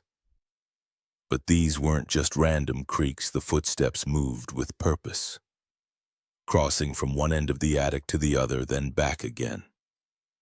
Heavy steps, like someone wearing boots. I froze in the living room, my heart pounding against my ribs. The TV was still playing some sitcom, but I couldn't focus on it anymore. All I could do was track those footsteps as they paced overhead, back and forth, back and forth. My hands started shaking, sweat broke out on my forehead. I grabbed my phone, pulled up Mike's number, then stopped. What would I say? Hey, I know you're at Disney World, but I think someone's walking around in your attic at 1 a.m. He'd think I was crazy. The footsteps stopped. The silence felt worse. Somehow I held my breath, straining to hear anything. Anything. The house's heating system kicked in with a clunk that made me jump. My phone slipped from my sweaty fingers and clattered on the hardwood floor. That's when the banging started in the garage. Thud, thud, thud, loud, deliberate impacts that shook the connecting wall between the garage and the house. It sounded like someone hitting the wall with something heavy, a sledgehammer maybe, or a piece of lumber. I snatched up my phone and retreated to the kitchen. It had the best lighting and the most weapons, knives, heavy pans, anything I could use to defend myself. My fingers trembled as I pulled up the local police department's number. But again I hesitated. What if it was nothing? What if I called the cops and they found out it was just the house settling or some raccoons in the garage? I'd look like an idiot, and Mike would never trust me to watch his place again. The banging stopped as suddenly as it began. New sounds filtered in: the hum of the refrigerator, a car passing on the street outside, the ticking of the clock on the wall. Normal sounds that somehow made everything worse. I grabbed the biggest knife from the butcher block and leaned against the kitchen counter facing the door to the garage. My shirt was soaked with sweat, sticking to my back. Every few seconds I had to adjust my grip on the knife handle. Because my palms were so wet, the garage door connecting to the kitchen had a small window in it, covered by a thin curtain. As I watched, a shadow passed behind it. Just a quick movement there and gone, but unmistakable someone was in the garage. My throat closed up. I couldn't breathe. I couldn't move. I just stood there, knife raised, staring at that little window. The curtain fluttered slightly like someone had brushed against it from the other side. I should run. I should get out of here right now, jump in my car and drive away, but my legs wouldn't move. And what if someone was waiting outside? What if there was more than one person? The footsteps in the attic started again, louder. This time they moved faster, more purposefully, heading toward the attic stairs that led down to the second floor. I heard the distinct sound of the attic door opening, its hinges squealing. My body finally unfroze. I ran to the front door, fumbling with the deadbolt behind me. Heavy footsteps descended the attic stairs. The garage door handle started to turn. The deadbolt wouldn't budge. I'd locked it earlier, I was sure of it. But now it seemed stuck. I yanked harder. My finger slipping on the metal, the footsteps reached the second-floor hallway. The garage door began to open with a final desperate twist. The deadbolt shot back. I yanked the door open and ran outside into the cool night air. I didn't stop running until I reached my car, parked at the curb. My hands shook so badly I dropped the keys twice before managing to unlock the door as I slid behind the wheel. I looked back at the house. All the lights I'd left on were now off. Every window was dark. But there in the attic window I saw a face, just for a second, illuminated by the street light. It wasn't human. I started the car and floored it, tires squealing against the pavement in my rear-view mirror. I watched Mike's house disappear into the darkness. My phone started ringing. It was Mike. I let it go to voicemail. What could I tell him? That his house was haunted? That something with a twisted, elongated face was living in his attic? That I'd abandoned my post and run away like a coward? The phone rang again, still Mike. This time I answered. "Hey, what's up?" I tried to keep my voice steady. "Are you okay?" Mike's voice sounded strange, tight with tension. "The security system just sent me an alert. All the motion sensors are going crazy." My stomach dropped. "Motion sensors? You never mentioned any motion sensors. They're new." "I had them installed last week." After he paused, "After what happened to the last house sitter." "What happened to the last house sitter?" My voice cracked. "Look, just get out of there, if you haven't already. Don't go in the attic. Don't open the garage. I'm calling the police." "I'm already gone," I said. "I'm in my car, Mike. What's going on? What's in your house?" He was quiet for so long I thought the call had dropped when he finally spoke. His voice was barely a whisper. "I don't know. We bought the house 2 years ago. Everything was fine at first. Then people started seeing things, hearing things.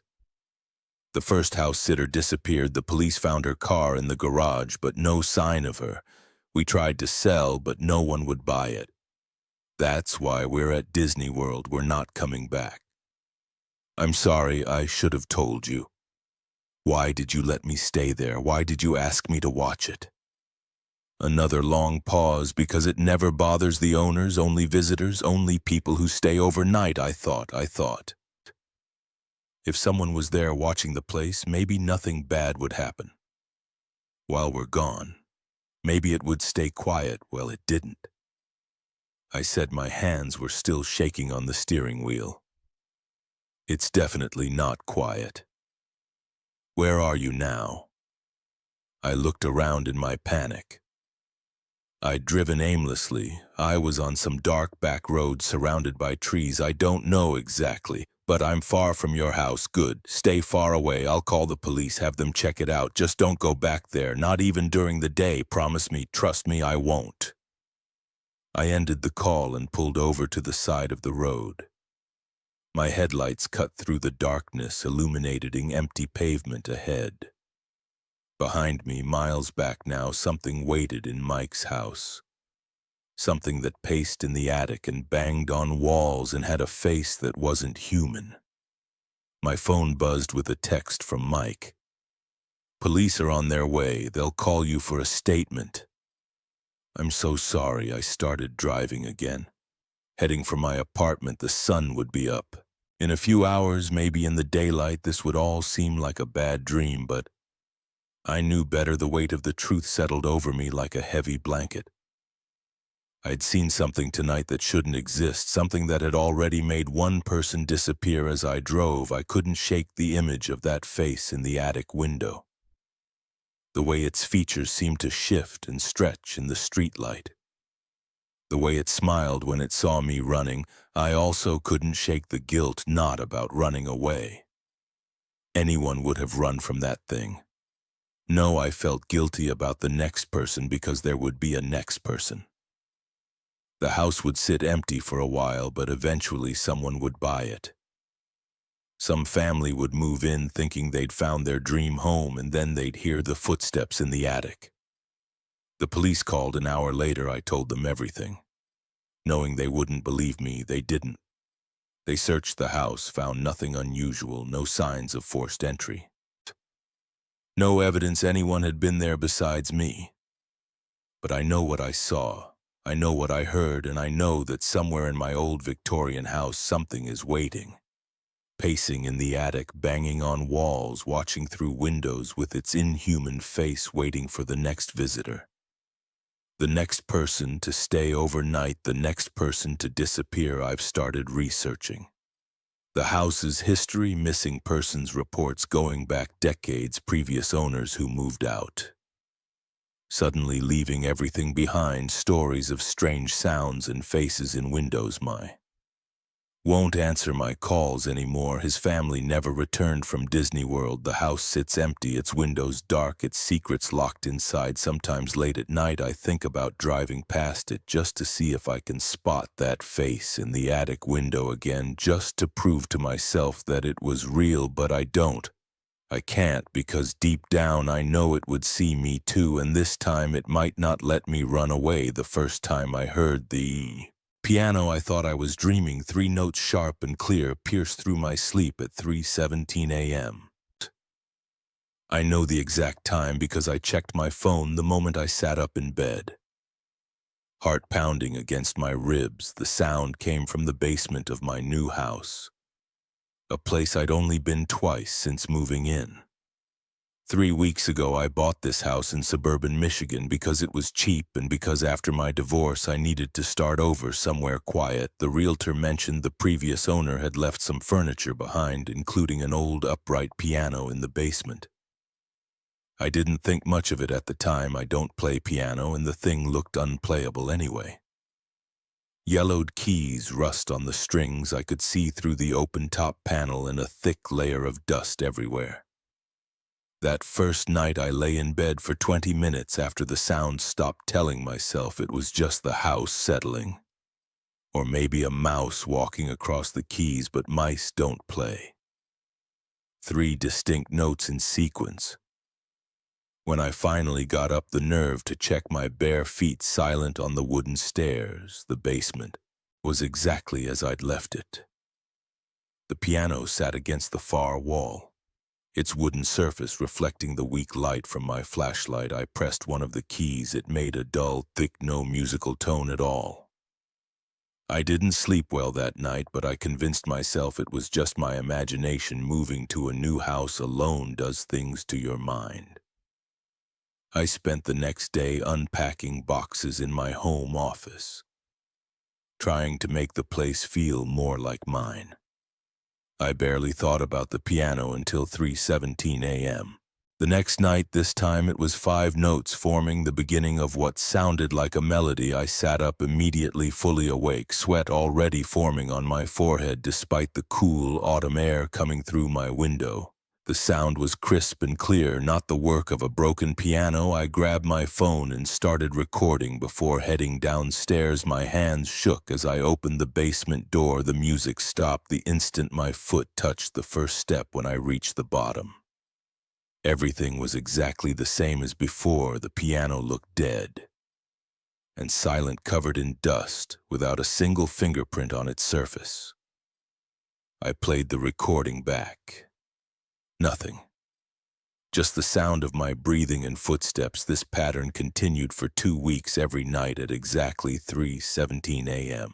The piano would play sometimes just a few notes, sometimes entire fragments of melodies I didn't recognize. Classical pieces maybe, but nothing I could identify. Each time I went to investigate, the music would stop before I reached the basement. Each time the piano showed no signs of being touched. I started sleeping less. Dark circles formed under my eyes. My co-workers on Zoom calls asked if I was feeling okay. I told them I was still adjusting to the new house in a way that was true. I tried setting up a camera in the basement. The footage showed nothing, just a dark, empty room with a dusty piano, but every night I heard the music. Every night it got a little longer, a little more complex. After the 3rd week, I called the realtor. I needed to know more about the previous owner. "Let me check the records," she said. I could hear her typing. "Oh yes, Mr. Harrison, elderly gentleman, lived there for 40 years, died in his sleep about 6 months ago. His kids sold the house as is, didn't. Want to deal with clearing everything out?" "Why do you ask? Did he play piano?" "You know, I'm not sure. The family didn't mention it, but they did say he was very insistent about leaving the piano in the basement. It was in his will, apparently. Odd request now that I think about it. That night, I waited in my bed for 3:17 a.m. The music started right on schedule, but this time it was different, not just a few notes or a short melody. It was a full piece, played with the skill of someone who had spent decades mastering the instrument. The sound filled the house, rising through the floorboards and vibrating in my chest. I didn't move. I lay there, rigid, listening to every note. The piece lasted exact 7 minutes. When it ended, the silence felt heavier than ever. My phone showed 3:24 a.m. When I finally got up, each step down to the basement felt like moving through thick syrup. The air got colder as I descended. When I reached the bottom step, I noticed something different. The piano's lid was open. I approached slowly, flashlight beam steady on the dusty keys. No fingerprints, no disturbance in the dust. But as I leaned in closer, I saw something that made my stomach drop. One of the strings, thick with rust just yesterday, now gleamed like new in my flashlight beam. The next day, I called in sick to work and spent hours researching. The house's history, county records showed nothing unusual. Mr. Harrison had bought the place in 1980, lived there quietly, and died in his sleep this past spring. No criminal records, no strange incidents, just a normal elderly man in a normal suburban house. I found his obituary online. The photo showed a thin man with kind eyes and white hair, wearing a cardigan and sitting in what looked like a living room. Not my living room, but somewhere else. The article mentioned he was survived by 2 children and 5 grandchildren. It said nothing about music, but at the bottom there was a line that made me freeze. In Lee of Flowers, the family request donations be made to the Detroit Symphony Orchestra, where Mr. Harrison served as principal pianist for 30 years. That night I set up my phone to record again. I sat in the basement, back against the cold concrete wall, waiting. The dust on the piano keys looked undisturbed in the beam of my flashlight. 3:16 a.m. My hands were sweating despite the basement's chill. 17:15 a.m. The first note made me jump, even though I was expecting it. The sound didn't come from where I was looking. It seemed to come from inside the piano itself, as if the strings were vibrating without the hammers touching them. More notes followed, building into a complex piece I didn't recognize. I watched the keys move by themselves, each one dipping slightly and rising again as the music played. No dust disturbed, no visible mechanism at work, just music flowing out of a dead piano. The piece lasted exactly 7 minutes again. When it ended, I sat in the dark for a long time listening to my own breathing. Finally, I played back the recording on my phone, nothing, just basement slints. And the occasional creak of the house above. I started sleeping in the basement. After that, I brought down a camping sea, a sleeping bag and a small lamp every night at 3:17 a.m. The music would play every night. It was the same piece, why something complex and beautiful that I couldn't identify every morning. I'd wake up to find another piano string cleaned of rust gleaming like new in my flashlight beam after a week of sleeping in the basement. I noticed the keys were starting to whiten, the old yellowed ivory slowly returning to its original color. The wood of the piano began to shine in places as if someone was carefully, gradually restoring it, inch by inch. I tried playing the piano during the day. The keys still made dull thking sounds, no music at all. But each night it produced perfect crystal clear tones. I found Mr. Harrison's son's phone number through some online searching. When he answered, I could hear children playing in the background. Yes, that was Dad's piano, he said. When I asked, he played it every single day for as long as I can remember. Even after he retired from the symphony, he'd practice for hours. Mom used to joke that he loved that piano more than her. Do you know why he wanted it? The basement. A pause. He got sick near the end. Arthritis in his hands, couldn't play anymore. It broke his heart. He had the piano moved to the basement because he couldn't bear to see it every day, knowing he'd never play it again. But he wouldn't sell it. Said it still had music in it. I didn't tell him about the nightly concerts. Instead, I asked what time did he usually practice. Early morning, before anyone else was awake. He said that that's when the music was clearest. Mom said he'd get up at 3. Something most days. Crazy old man. He laughed softly. Why do you ask? I thanked him and hung up that night. I did something different at 3:16 a.m. I sat down at the piano bench. The wood felt cold through my pajama pants. I placed my hands on the keys, feeling the smooth ivory under my fingertips. Some of the keys were still yellowed, but others had returned to a pristine white. 3:17 a.m. The music started, but this time I could feel it through my hands. Each key moved under my fingers, guiding them. I wasn't playing. Something else was moving my hands, pressing each key with precision and skill I didn't possess. The music flowed through me, using me as a conduit. 7 minutes later, when the piece ended, my hands were shaking. I looked down at the keys where my fingers had touched. The ivory was completely SW white and perfect. 3 more strings gleamed like new in the darkness inside the piano. The next night, I sat at the bench again. The same thing happened. My hands moved with the music, and more of the piano restored itself. Night after night, the process continued. Each time I felt less like I was being guided and more like I was learning, remembering something I'd never known. After a month, the piano was completely stored. Every key gleamed white in my flashlight beam. Every string shone like new, and the wood glowed with a rich, deep polish during the day. I found I could play simple tunes. Nothing like the complex pieces that filled the night, but actual music instead of dull thuds. Last night I sat at the bench at 3:16 a.m. As usual, but when 317 came, there was only silence.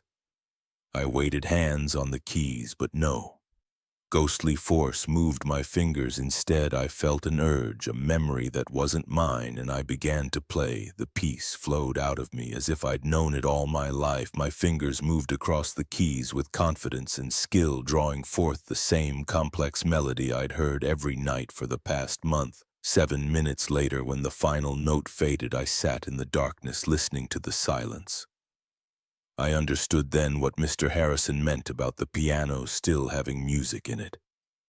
He'd poured 40 years of his life into those keys, those strings, all those early mornings, all that passion and dedication.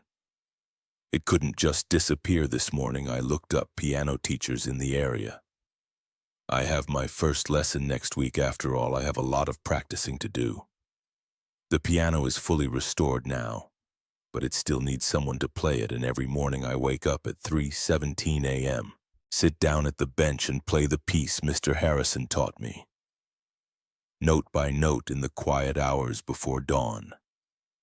I didn't notice it the first night. Moving into a new place overwhelms your senses, the unfamiliar creaks, the different airflow, the way sound bounces off bare walls, but by the second night there was no ignoring it. A thick, heavy smell that crept under my door around 3:00 a.m. Like rotting meat left too long in a hot dumpster. I had just moved to Philadelphia from Chicago after my divorce. The apartment was all I could afford on short notice. A studio on the 5th floor of an old brick building in a neighborhood that had seen better days. The rent was cheap and I needed cheap. The landlord, Mr. Peterson, had barely looked at my application before handing over the keys. Just don't make noise after 10 p.m. He'd said, his eyes never meeting mine. That second night, the smell woke me from a dead sleep. My throat closed up and I gagged, stumbling to the window to gulp fresh air. The smell filled every corner of the small space, dense, organic, wrong. I checked the mini fridge, the garbage can under the sink. Nothing. By sunrise, it had disappeared completely, leaving me wondering if I'd imagined it the next night. It came back stronger. I stuffed a towel under my door, but it seeped through anyway. The smell wasn't coming from the hallway. It seemed to emanate from the walls themselves. My eyes watered and my stomach churned around 4:00 a.m. I heard it. Footsteps in the ceiling above me. Slow, deliberate steps moving back and forth. I knew that was impossible. I lived on the top floor. The footsteps continued for exactly 47 minutes, I know, because I sat rigid in my bed, watching the clock on my phone, too terrified to move. When they finally stopped, I could hear my own heart pounding in my ears. By morning, both the smell and the footsteps were gone. I went to work at the garage where I'd found a job as a mechanic, exhausted and jumpy that evening. I asked my neighbor across the hall, a tired-looking woman in scrubs, if she'd noticed any strange smells. I work nights. She said flatly, I'm never here after dark. She shut her door before I could ask anything else. The pattern continued each night. The smell grew stronger and the footsteps more numerous. They weren't just pacing anymore. They moved with purpose, following specific paths across my ceiling. Sometimes they'd stop directly above my bed and I'd lie there, barely breathing, waiting for something to crash through. After a week, I started sleeping at a 24-hour diner down the street. The waitress, Rita, kept my coffee cup full and didn't ask questions when I dozed in the booth. But I couldn't avoid my apartment forever. My savings were dwindling and I needed real sleep. The next night I forced myself to stay. The smell came right on schedule, thick enough to make my eyes water. The footsteps started at 3:17 a.m., but this time there was something new. A scraping sound like fingernails dragging across the ceiling. I grabbed my phone and recorded the sound. The recording picked up the footsteps clearly. But when I played it back the next morning, the audio was distorted by a low, constant hum I hadn't heard in person. I went to the building manager's office. Mr. Peterson wasn't there, but his assistant, a skinny kid with acne, was the top floor. He said when I described the footsteps, "That's impossible. There's just the maintenance crawl space up there. No one goes up there. Can I see it?" He shook his head. "It's locked, building code only." Mr. Peterson has the key. I waited 3 days to catch Mr. Peterson. When I finally cornered him in the lobby, he listened to my story with an expression I couldn't read. "The previous tenant complained about similar things," he said slowly. "She moved out after 2 weeks. Why didn't you tell me?" He shrugged. She was unstable, had problems. We get all types here that. Night, the smell was different. Sharper, more metallic. The footsteps came earlier around 2 a.m. They moved faster, more agitated. The scraping turned into pounding like something was trying to break through. I called the police. They arrived at 3:45 a.m. Two board officers who clearly thought I was drunk or high. By then the sounds had stopped. "We can't hear anything, sir," the female officer said. "And we don't smell anything unusual." It was here, I insisted. I recorded it. I played them the audio, but now all it captured was static. They left after writing a report I knew would go nowhere. I sat on my bed until sunrise, jumping at every creak and settling of the old building. The next day, I went to the public library and researched the building's history. It was built in 1922, originally as a hotel in 1956. It was converted to apartments. There were the usual stories of deaths over the years, elderly residents passing in their sleep, a suicide in 1978. A drug overdose in 1995, nothing that explained what was happening. But then I found an article from 1987 about a maintenance worker who disappeared. The police suspected he'd stolen from several apartments and run off, but they never found him. His name was Gerald Morton, and he'd worked in the building for 23 years. That night I waited. The smell came at 2:45 a.m., rot and copper and something else. I couldn't identify. The footsteps followed at 3:02 a.m. directly above my bed. Then the scraping started, but it wasn't on the ceiling anymore. It was coming from inside the walls. I grabbed my flashlight and pressed my ear against the wall. The scraping moved downward, getting louder. Something was in there, moving through the space between the walls. The maintenance crawl space. It had to connect to the wall. Somehow, I ran to the hallway. The scraping was inside the hallway walls, now moving toward the maintenance door at the end of the corridor. My hands shook as I approached the door. It was locked, like the assistant had said. But the lock looked old. I ran back to my apartment and grabbed my tools. 5 minutes later, I was picking the lock with a tension wrench and rake pick I used for working on old cars. The lock clicked open. The smell hit me like a physical force. My eyes burned and I gagged, but I forced myself to shine the flashlight inside. A narrow ladder led up into darkness. The scraping sound echoed from above. I climbed. The crawl space was tight, barely 4 feet high. I had to crouch, moving my flashlight beam across decades of dust. There were pathways in the dust, like something had been walking up here recently. The beam caught something in the corner. A pile of cloth, no work clothes. They were stained dark, and when I got closer, I saw the name tag, Gerald. The scraping sound came from behind me. I spun around. A figure crouched in the darkness. It wore what remained of a maintenance uniform, but the fabric was rotted and hung from a frame that was too long, too thin. Its hands ended in yellowed, curved nails that had grown into claws. The head turned toward me, but where the face should have been, there was only dark, leathery skin stretched tight over bone. I ran. I don't remember climbing down the ladder or running to my car. I drove until sunrise, until I was 2 states away. I never went back to the apartment. I left everything there, my clothes, my furniture, all of it.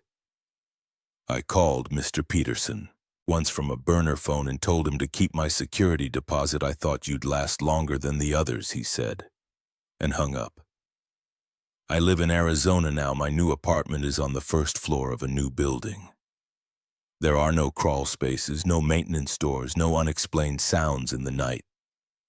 But sometimes when I wake up at 3:00 a.m., I swear I can smell something just for a second, like rotting meat and copper and dust. I try to tell myself it's just my imagination.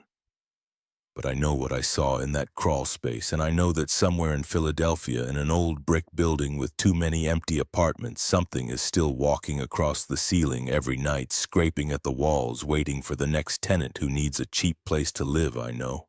because I check the building's rental listings every few months. The turnover is constant. No one stays more than a few weeks and the rent keeps getting cheaper. Mr. Peterson is still there, still managing the building, still not meeting anyone's eyes. When he hands over the keys, still not telling new tenants about the smell or the footsteps or what lives in the crawl space above their heads. Sometimes I think about calling the police or a newspaper or someone who might investigate, but what would I say that a maintenance man who disappeared in 1987 never left the building, that he's still up there, changed into something that isn't human anymore? They'd never believe me. I wouldn't believe me if I hadn't seen it myself, so I stay in Arizona in my first-floor apartment with its new walls and bright lights. I keep my tools nearby just in case, and every night at 3:00 a.m., I lie awake and listen, making sure the only footsteps I hear are from the living tenants above me. But sometimes in my dreams, I'm back in that crawl space. The beam of my flashlight catches movement in the corner. Something turns to look at me with a face that isn't a face, and just before I wake up screaming, I hear the scraping of long nails on the inside of the walls getting closer and closer, following me. Even here, I wake up covered in sweat, gasping for air. I check the walls, the ceiling under the door. Everything is normal, everything is fine, but I know the truth. In that old building in Philadelphia, something is still walking across the ceiling every night, still scraping at the walls, still waiting, and the rent keeps getting cheaper. A security camera notification lit up my phone at 24:07 a.m. Someone was standing in my front yard, motionless, staring directly at my house. I wish I had never checked that alert. My throat felt like sandpaper when I woke up that night. The usual glass of water I keep by my bed was empty. I must have drunk it earlier without remembering. The house was dead quiet except for the low hum of the AC. My wife, Sarah, breathed steadily next to me, lost in sleep. I grabbed my phone to check the time, 2:45 a.m. The screen's brightness made me squint. 2 minutes later, while I was still trying to convince myself to get up and go downstairs for water, my phone buzzed. A notification from the security app popped up. Motion detected front yard camera. I clicked it without thinking much. We get these alerts all the time, usually just cats wandering through the yard or tree branches moving in the wind. The app opened to a live feed from the camera mounted above our front porch. My finger froze on the screen. A tall figure stood perfectly still in the middle of our front yard. About 20 feet from the house, adult height, wearing what looked like dark clothes. The infrared night vision made everything greenish and grainy, but I could tell they were facing directly toward our front door, just standing there, not moving at all. My chest got tight. I sat up in bed suddenly. Wide awake, I watched the feed for 30 seconds, waiting for the person to move or leave. They didn't budge an inch. "Sarah," I whispered, reaching over to shake her shoulder. She didn't wake up. I tried again, louder. "Sarah," she mumbled something and rolled over. The medication she takes for her insomnia knocks her out cold. I looked back at my phone. The figure was still there in the exact same position, standing, staring. My mouth went from dry to completely parched. I needed to do something, call the police, but what would I tell them? There's someone standing in my yard. They probably wouldn't consider that an emergency, and by the time they got here, the person would probably be gone.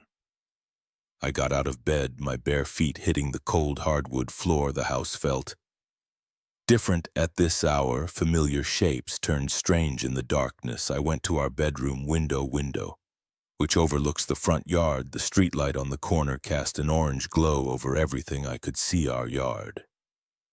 Clearly no one was there. I checked my phone again. The figure was still visible on the camera feed, standing in the exact same spot. But when I looked out the window, nothing, just empty yard. Still and quiet under the streetlight. My hand shook as I switched between the window view and my phone screen. How was this possible? The camera showed someone right there, plain as day, but I couldn't see anyone with my own eyes. I had to check. I had to know what was going on. I pulled on a pair of sweatpants and grabbed the baseball bat. We keep in the closet, the smooth wood felt reassuring in my grip. Our bedroom is on the second floor. I crept down the stairs, stepping over the third step from the bottom that always creaks. The first floor was dark except for the dim blue light from our router in the living room. I went to the front door and looked through the peephole. The yard looked empty, just like from the window. I pulled out my phone again. The figure was still there on the camera feed, standing in the exact same position. My heart pounded against my ribs. I flipped on the porch light. The sudden brightness made me blink. Through the peephole, I could see our entire front yard illuminated, still empty. My palms were sweating on the baseball bat. I unlocked the deadbolt as quietly as possible, then the door job. The door opened with a soft click. Cool night air hit my face. Crickets chirped in the bushes. A car passed on the main road a block away, its engine sound rising and fading. I stepped onto the porch bat, ready. The yard was empty. I walked to the exact spot where the figure appeared to be standing in the camera feed. The grass was dry and crisp under my feet. Nothing looked disturbed, no footprints, no flattened areas, nothing. I checked my phone again. The figure was there, supposedly right where I was standing, but there was nothing. I waved my hand through the air in front of me. Nothing. The back of my neck prickled. I spun around to look at the house. The porch light cast my shadow long across the lawn. The security camera was just visible, mounted under the eaves above the porch. Its small red light blinked steadily. I walked back to the porch and looked up at the camera. Everything seemed normal. No obvious signs of tampering. I opened the security app again and my stomach dropped. The figure was gone. I scrolled back through the footage. The figure appeared at exactly 2:47 a.m., standing motionless at 3:12 a.m. About 30 seconds ago, it simply vanished. No walking away, no blur of movement there. One frame gone, the next. My hands were shack. Thinking so bad I almost dropped my phone, I went back inside, locked the door, and double-checked all the first-floor windows. Everything was secure. I didn't sleep the rest of that night. I sat in the living room with all the lights on, baseball bat across my lap, watching the security feed. Nothing else appeared the next morning. I checked the camera thoroughly. No signs of hacking or tampering. The footage was still there, a dark figure standing motionless in my yard for exactly 25 minutes, then vanishing into thin air. I didn't tell Sarah. What would I say? That our security camera caught a ghost, that I was losing my mind. I deleted the footage and tried to forget about it, but every night since then I wake up around 2:45 a.m. I check the camera feed with my heart in my throat, dreading what I might see. So far, nothing has appeared, but I know it's only a matter of time tonight. My phone just buzzed with a motion alert. It's 2:47 a.m. My hands are shaking as I open the app. The figure is back, standing in the exact same spot, but this time its head is turned. It's looking directly at the camera and it's smiling. I know I should wake Sarah, call the police, do something, but I can't move. I'm frozen, staring at my phone screen as the figure raises one hand and slowly beckons to me. The worst part, I want to go outside. Some deep primal part of me wants to walk out there to find out what happens. When I reach that spot in the yard, my legs are tensing, ready to carry me downstairs. I force myself to stay in bed. Minutes tick by. The figure keeps beckoning, that awful smile fixed on its face. I can't look away. The screen suddenly goes black. When it comes back on a second later, the figure is gone, but something is different. The camera angle has changed, slightly tilted down toward the front door. My phone buzzes again. Another motion alert, but this time it's from the doorbell camera. The figure is standing on my porch. I can see it clearly now, tall, thin, wearing what looks like a black suit. Its skin is pale, almost glowing in the infrared light. That smile is impossibly wide. It raises its hand again, but this time it doesn't beckon. Instead, it reaches toward the doorbell. I hear it chime downstairs. Sarah stirs beside me. "Who's that?" she mumbles sleepily. My throat is too dry to answer the doorbell. Chimes again. "Can you see who it is?" Sarah asks, sitting up. I try to tell her no, to be quiet, to go back to sleep. But before I can get the words out, I hear the sound of our front door opening. We never leave it unlocked. I know we never leave it unlocked. I checked it myself just hours ago. Footsteps on the stairs, slow, deliberate, getting closer. Sarah is fully awake now. Is someone in the house? She whispers, clutching my arm. I can't answer. Can't move, can't breathe. The footsteps reach our hallway, stop outside our bedroom door. My phone buzzes one final time, a new motion alert. The figure is no longer on the porch. The bedroom door begins to open. The first letter fell out of a cardboard box when I was clearing the attic of my newly rented house in Burlington, Vermont. It hit the wooden floorboards with a soft tap. Landing face up, my name was written on the envelope in neat black handwriting to James Wee. I picked it up. The paper felt old and brittle between my fingers. The postmark showed a date from 1992, exactly 30 years ago. I tore it open and pulled out a single sheet of paper. The first line made my hands shake. Dear James, by the time you read this in 2022, you'll have just moved into 47 Maple Street after your divorce from Sarah. I sat down hard on a dusty wooden chest. Sarah and I had finalized our divorce 3 months ago. I'd only signed the lease on this house last week. Nobody could have known I'd be here. The letter continued. You're probably sitting on the old chest right now, trying to make sense of this. Don't worry, there are more letters. Each one will explain something about your life that I shouldn't be able to know. I wrote these decades ago, but they're all for you, James, for right now, for today. My throat felt dry. I dug through the box where I'd found the first letter. There were 12 more envelopes, each addressed to me.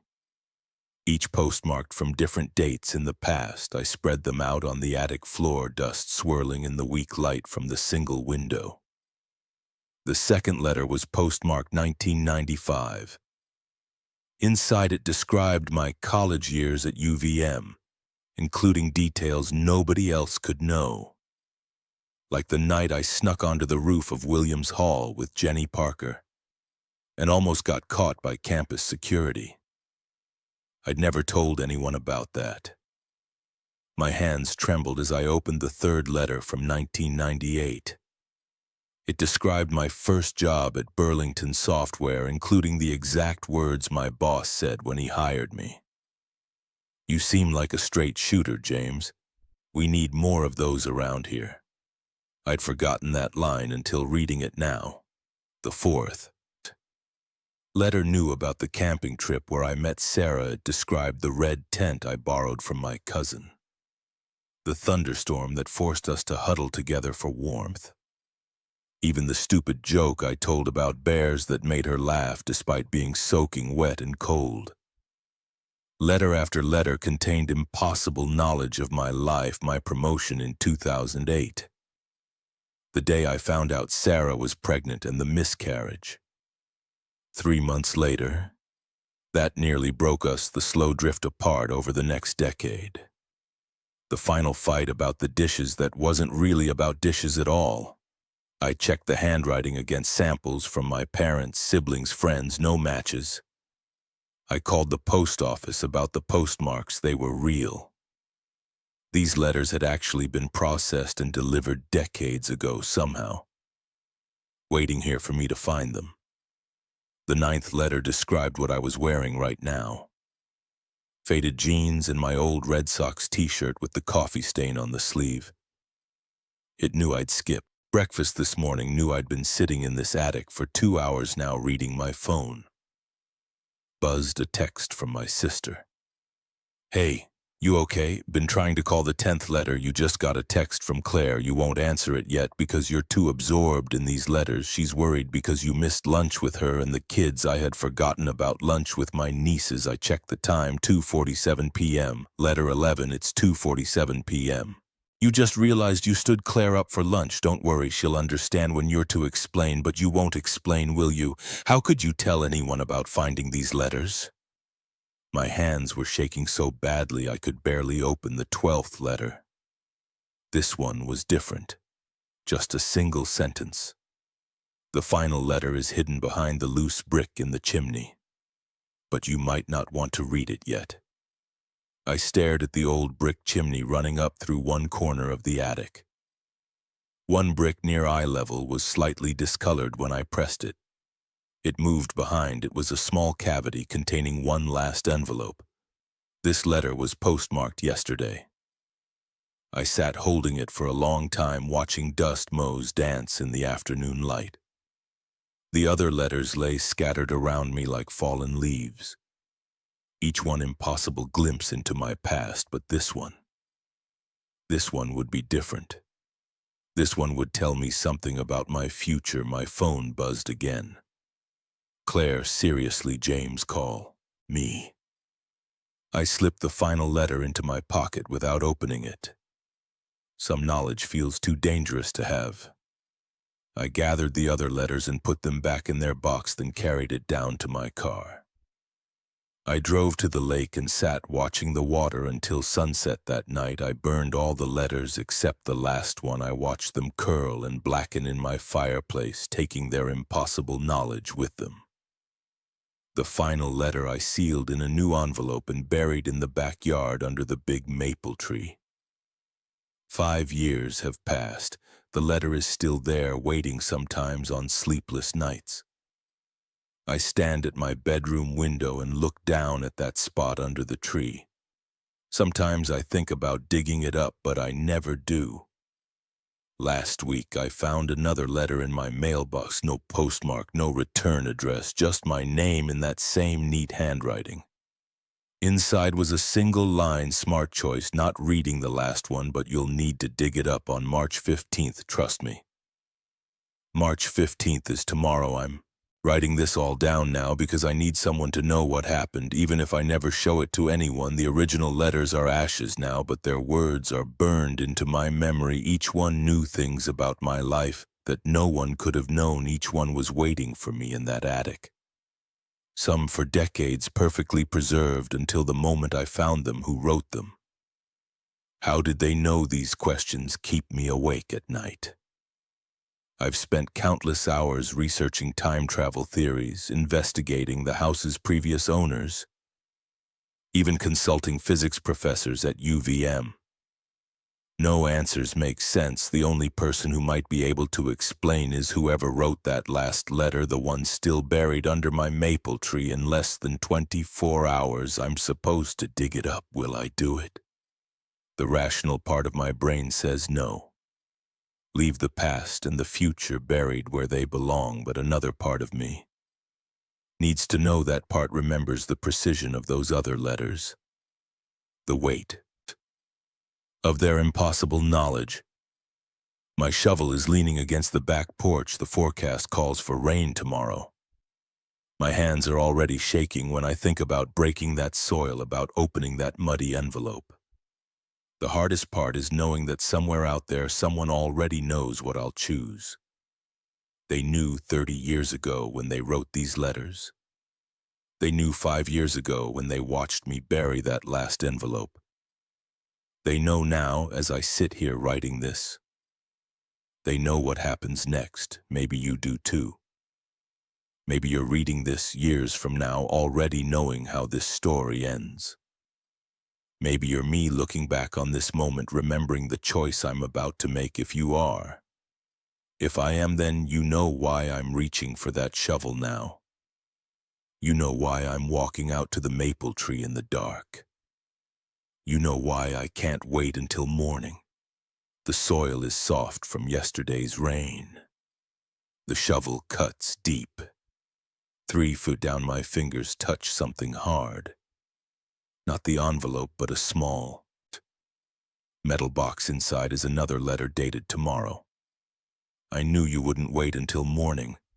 The real final letter is in your bedroom, it always has been. Look behind the mirror, I'm there now.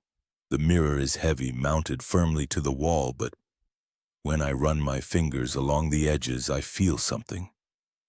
A seam that shouldn't be there, a hidden compartment inside is an envelope. The paper is crisp and new, no. Postmarked just my name in handwriting. I finally recognize it's mine. I'm holding it now. This letter I apparently wrote to myself. The room is dark except for my desk lamp outside. The maple tree stands silent, its branches throwing shadows on my half-dug hole in the yard. Do I open it? Do I want to know what I needed to tell myself so badly that I engineered this decades-long mystery? What could be so important that it required such an elaborate plan? The envelope feels light, just one page inside. My hands aren't shaking anymore. Sometimes knowledge feels too dangerous to have, but sometimes not knowing is even more dangerous. I'm breaking the seal now. The letter contains 10 words. Don't read this letter. Writing it was enough. You understand now, and I do. I understand everything. The letters were never about their content. They were about proving something was possible. They were a message to myself encoded in the very fact of their existence. I take out a fresh sheet of paper. My hand moves across it, writing the words. I remember reading 30 years ago in that first letter I found in the attic. Dear James, by the time you read this in 2022, I have a lot of letters to write and a very specific set of dates to mail them on, and a house on Maple Street to make sure stays empty until exactly the right moment. The hardest part will be waiting. But I already know I succeed after all. I remember reading these letters. Time isn't what we think it is. Neither is cause and effect. Neither is memory. I fold the first letter carefully and seal it in an envelope. Tomorrow I'll mail it postmarked 1992. Then I'll write the next one and the next 12 letters in total, plus the fake final letter to bury under the maple tree, plus the one behind the mirror. Everything has to be perfect. Everything has to happen exactly as I remember it happening. Because somewhere out there, I'm about to rent a house on Maple Street. Somewhere out there, I'm about to find a letter with my name on it, and I need to make sure I find it. I should have trusted my gut that night. The details are burned into my brain now. October 15th, 2:47 a.m. According to the green numbers glowing on my dashboard, I was driving back from a late client meeting in Springfield, taking the back roads to avoid highway construction. My gas gauge had been hovering near empty for the last 20 minutes. The Shell station appeared like a floating island of fluorescent light in the darkness. No other cars in sight, just endless fields of corn stubble stretching into blackness on both sides of the road. The pump's digital display flickered as I pulled up, numbers resetting to 0. I got out, swiped my card, and started pumping. The cold made my breath visible in small clouds. That's when I heard footsteps on the cracked concrete behind me. Evening, a man's voice said. I turned. He was tall, maybe 6'2", wearing a dark green canvas jacket and jeans. Something seemed off about his face, but in the harsh overhead lights I couldn't quite tell what it was. He kept his head slightly down, hands in his pockets. Any chance you're heading toward Millbrook? He asked. His voice had an odd flatness to it. My car broke down a few miles back. My destination was actually Millbrook, but something in my gut screamed in danger. Sorry, I lied. I'm going the other direction toward Riverside. He didn't respond right away, just stood there perfectly still. Then he nodded once and walked away, disappearing into the darkness beyond the station's light. The pump clicked off at $47.32. I hung it up quickly, got back in my car and locked the doors. My hands were shaking slightly as I turned the key. I told myself I was being paranoid, but I couldn't shake the feeling that something was very wrong about that encounter. The road stretched empty ahead of me as I drove. The yellow center line flickered past hypnotically in my headlights. I was about 15 minutes from the gas station when I saw something ahead that made my blood run cold. A figure was standing in the middle of my lane. I hit the brakes instinctively, slowing from 65 to about 40. As I got closer, I recognized the green canvas jacket. It was impossible. There was no way he could have gotten ahead of me. I hadn't passed any cars, and even if someone had picked him up, they would have had to pass me to drop him off. Here I slowed to 25, heart pounding. He wasn't moving, just standing there facing my approaching car. I could veer around him. But something made me slow almost to a stop about 30 feet away. That's when he raised his head and looked directly at me.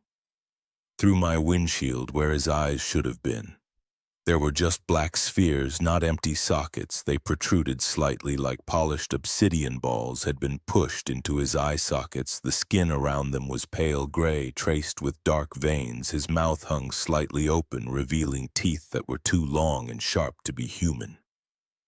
My foot slammed the gas pedal before my brain could even process what I was seeing.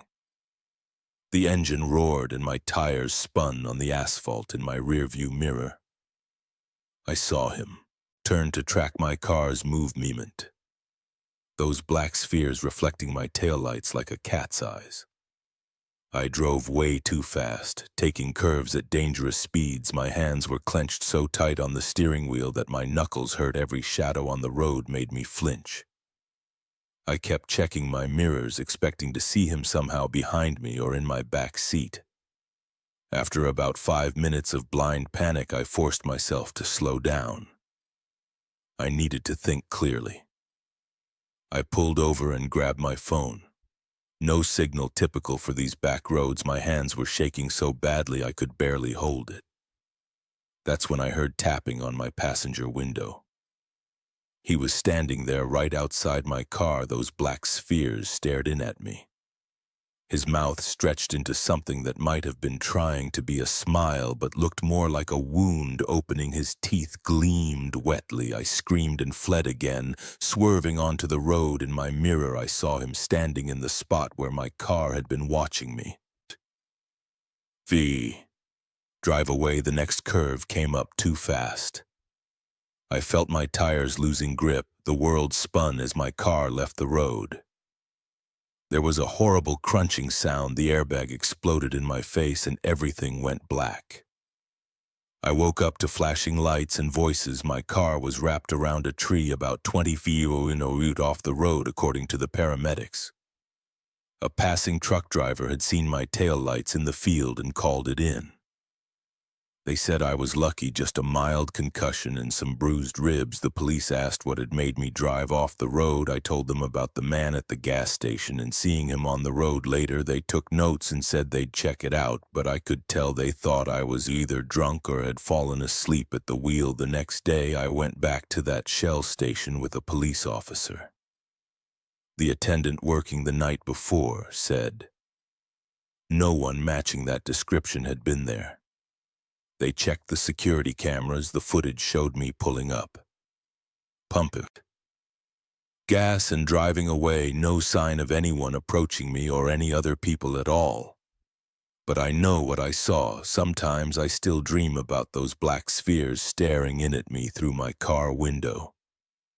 I don't drive those back roads at night anymore. I don't stop at rural gas stations after dark, and I never ever pick up hitchhikers. Last week, I was in a convenience store in town and saw a missing persons flyer. The photo showed a man in his mid-30s, last seen 3 months ago, walking along Highway 43 at night after his car broke down.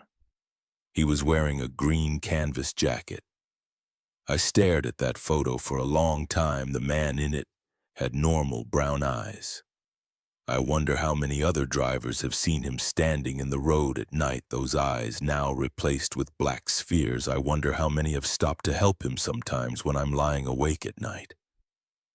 I think about what might have happened if I'd given him a ride from that gas station I still drive past that stretch of road. Sometimes during the day there's a new mile marker there now. Mile marker 43. Sometimes I slow down as I pass it, and I swear I can see something moving in the cornfield, something tall wearing a green canvas jacket. But I never stop to look closer, and I never drive that road at night. The police never found any trace of the man in the missing persons photo. The case is still open. Sometimes I think about going to them, telling them everything I saw. But I know how it would sound. And part of me is afraid that if I start talking about it, I'll see him again. Not just in my nightmares, but standing outside my house at night. Those black spheres staring in through my windows. So I keep quiet. I take the highway now. Even when there's construction, I keep my gas tank full. And every time I pass mile marker 43, I press the accelerator a little harder and don't look at the cornfields, but I know he's out there standing in the dark waiting for someone else to stop at that gas station late at night. Someone who might be kind enough to offer a ride to a stranger if you're ever driving those back roads at night and you see a man in a green canvas jacket asking for help.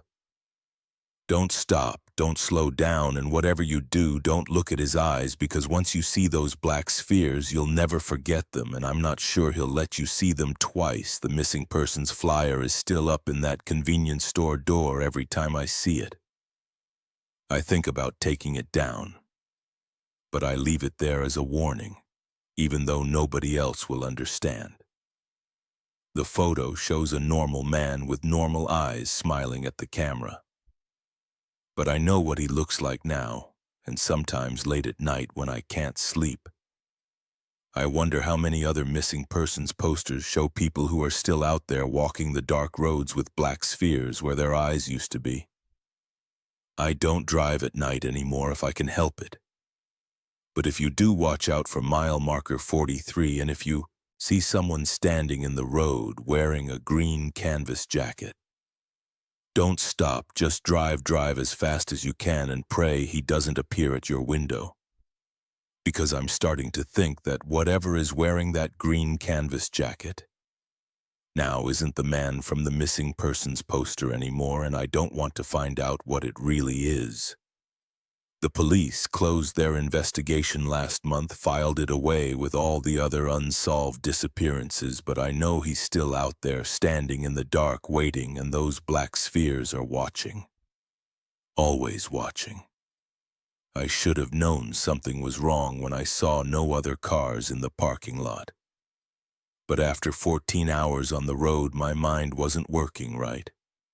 I just needed food, coffee, and a break from the endless highway stretching between Phoenix and Dallas. The neon sign buzzed above the small roadside diner, casting a red glow across my windshield. Mary's Place open 24 it proclaimed in flickering letters. The building sat, alone on that empty stretch of desert highway, a single-story rectangle of tan concrete. With large windows running along the front, I pulled my Toyota Camry into the gravel lot at 3:47 a.m. The crunch of tires on loose stone seemed too loud in the dead silence of the night. No crickets chirped. No wind blew, just the quiet hum of my engine before I turned the key and killed it. My legs cramped as I stepped out of the car.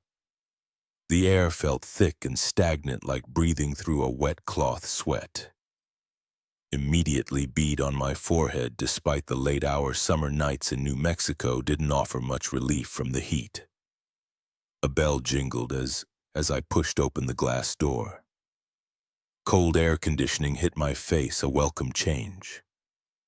From the muggy night outside, the fluorescent lights hummed overhead, harsh and bright after hours of darkness. The diner looked like dozens of others I'd stopped at over the years. Red vinyl booths along the windows, a counter with chrome stools, laminated menus tucked behind metal napkin holders. Everything clean but worn around the edges, the kind of place that had probably looked exactly the same for the past 30 years. Sit anywhere you like, hun. The waitress appeared from the kitchen, coffee pot in hand. She looked to be in her 50s, with graying hair pulled back in a loose bun and tired eyes behind wire-rimmed glasses. Her name tag read Helen. I slid into a booth by the window, my clothes sticking to the vinyl. Helen set a menu in front of me and filled a white ceramic mug with coffee. That smelled strong enough to wake the dead. Rough night for driving, she said, though her tone was more statement than conversation. Starter, yeah. Long haul from Phoenix, still got a ways to go to Dallas. I wrapped my hands around the hot mug, letting it warm my air-conditioned fingers. She nodded, then stood, waiting with her order pad. I hadn't even opened the menu, but suddenly realized I was starving. Burger and fries, I asked. It seemed safe, hard to mess up diner standards. Good choice, cook makes them fresh. She scribbled on her pad and headed back to the kitchen. Without another word, I sipped the coffee and stared out the window at my car. The only vehicle in sight, the highway stretched empty in both directions. Disappearing into darkness, the coffee tasted bitter but did its job, clearing some of the road fog from my head. The silence started to get to me. No music played. No dishes clattered in the kitchen. Even Helen's footsteps seemed muffled as she moved around behind the counter. I couldn't shake the feeling that something felt off, but chalked it up to exhaustion in too many hours alone on the road. My food arrived quickly, almost too quickly for a fresh-cooked burger, but it looked good, thick. Patty on a toasted bun, crispy fries piled high beside it. Helen refilled my coffee without asking and disappeared again. The first bite of burger surprised me. It was perfect. Juicy, seasoned just right with fresh lettuce and tomato. The fries were hot and crispy, exactly how I liked them. I hadn't expected food this good from a middle-of-nowhere diner at 4:00 a.m. I ate quickly, hunger overriding any desire to savor the meal. The whole time, that nagging feeling of wrongness grew stronger. Why was I the only customer? Where were the truckers that usually filled these kinds of places in the dead of night? Why didn't I hear any kitchen sounds while they cooked my food? Helen appeared with the check just as I finished the last fry. $175, she said, setting the slip of paper on the table. I pulled out my wallet and handed her a 20. Keep the change. This was great. I'm going to have to remember to stop here whenever I make this drive. She paused, hand halfway to taking the bill. Strange expression crossed her face, not quite sad, not quite worried. We might not be here when you come back through. The way she said it sent a chill down my spine despite the warm food in my stomach. What do you mean, are you closing down something like that? She took the money and walked away before I could ask anything else. I sat there for a moment trying to make sense of her words and that weird look on her face. The fluorescent lights flickered overhead just once, but enough to make me decide it was time to go. Thanks again, I called out as I headed for the door. No response came. I glanced back but didn't see Helen anywhere. The bell jingled as I stepped outside. The heat hit me like a wall, but something else felt different. The air seemed thicker, heavier. My car sat alone in the gravel lot, but now it looked wrong somehow. Too new against the weathered building behind it. I drove away quickly, watching the diner's neon sign fade in my rearview mirror until darkness swallowed it completely. A week later, I made the return trip from Dallas. The drive felt longer, though maybe that was just my anticipation about stopping at Mary's place again. Something about Helen's words kept nagging at me. I wanted to prove to myself that I was being ridiculous, that it was just a normal diner and I'd just been too tired to see it clearly. I timed my drive to hit that stretch of highway around the same time, just before 4:00 a.m. The night felt different, cooler, with a breeze stirring up dust devils along the roadside. I watched the mile markers tick by. Knowing I was getting close, the diner should have appeared around the next bend. I slowed down, not wanting to miss it in the dark, but when my headlight swept across the spot where it should have been, my blood ran cold. I hit the brakes hard enough to smell burning rubber. My car skidded to a stop on the shoulder, throwing up gravel for a long moment. I just sat there, engine idling, staring at what remained of Mary's place. The building stood dark and empty. A hollow shell against the star-filled skyboards covered the windows. The neon sign hung broken and rust-stained. Letters, long dark weeds, grew through cracks in the concrete pad where I'd parked just a week ago. This wasn't a recently closed business. This was a place that had been abandoned for years, maybe decades. I got out of the car. Legs shaking, the beam of my flashlight revealed more details I didn't want to see. The door hung crooked on its hinges. Desert plants grew through the gravel lot. Now more dirt than stone, the paint had faded and peeled until the walls were barely more than bare concrete. Moving slowly, I approached the building. Part of me screamed to get back in the car and drive away fast, but I had to know. I peered through a gap in the boards covering the windows. The flashlight beam showed empty space where the counter and booth should have been. Only outline shapes in the dust. Suggested where they once stood, a thick layer of dirt covered everything. No footprints marked the floor except those left by small animals. My heart pounded as I moved to the door. It took some effort, but I managed to pull it open enough to slip inside. The bell was gone, leaving only rusty screws in the frame above. The smell hit me first, dust and decay and years of abandonment. My flashlight revealed walls stripped to bare, sheetrock wires hanging where lights once hung. The kitchen entrance gaped black and empty. The swinging door long gone. I found myself walking to the booth where I'd sat a week ago. The vinyl seats, the laminated menu, the white coffee mug, all gone. Nothing remained but an empty corner and my footprints in the dust. My phone showed 3:47 a.m.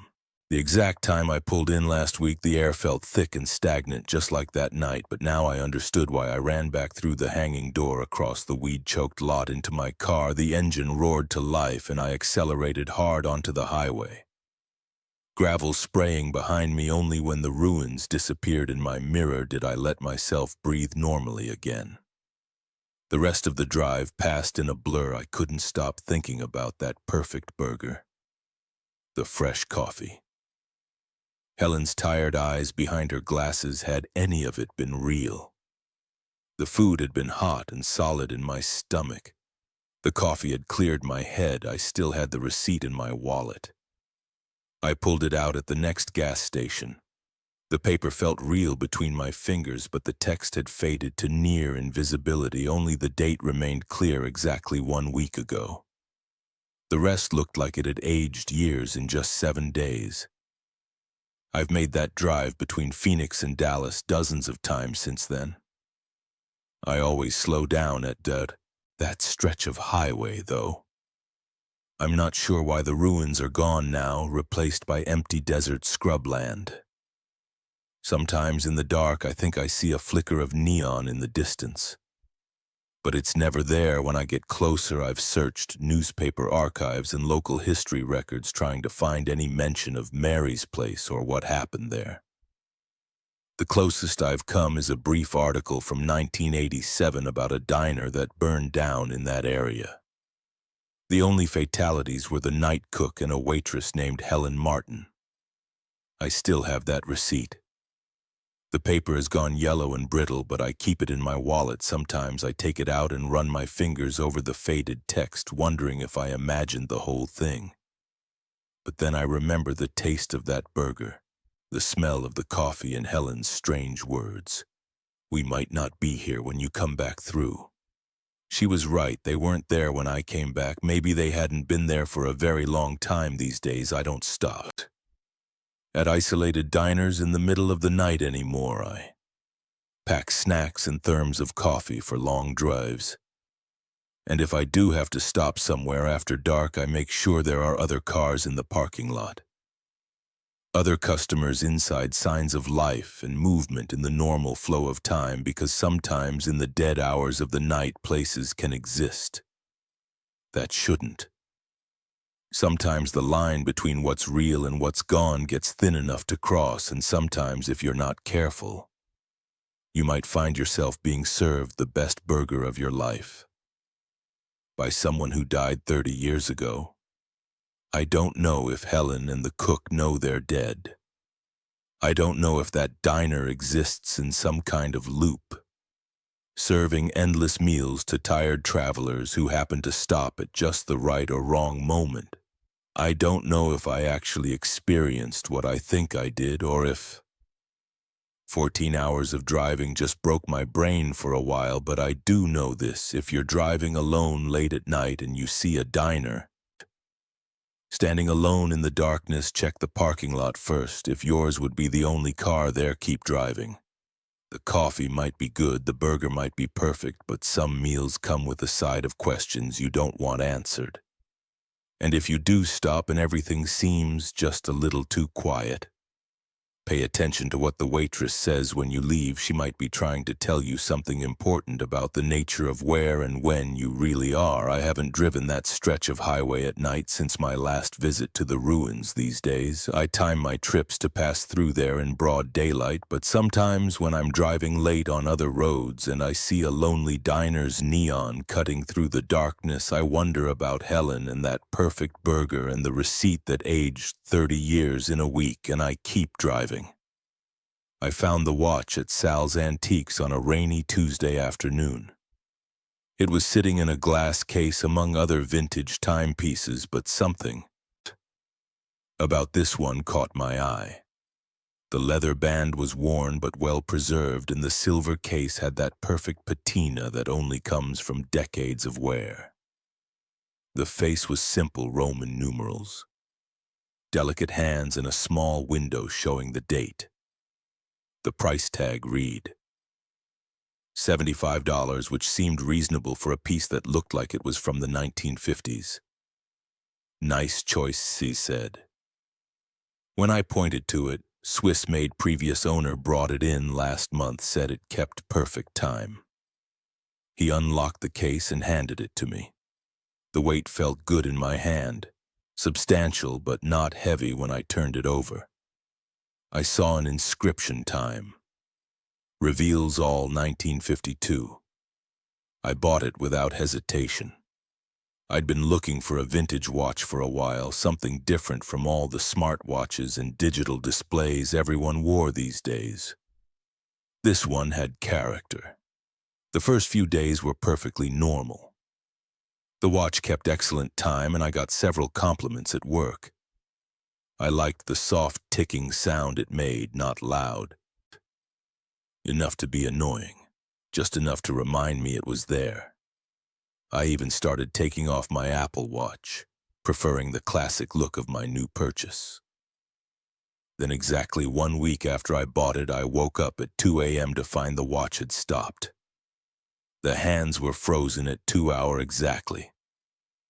I figured the spring needed winding, so I adjusted the crown and set it to the correct time. No big deal, but the next night the same thing happened, 2 a.m. Stopped dead. This time I was awake when it happened. I'd been working late on a project. I actually heard the ticking stop.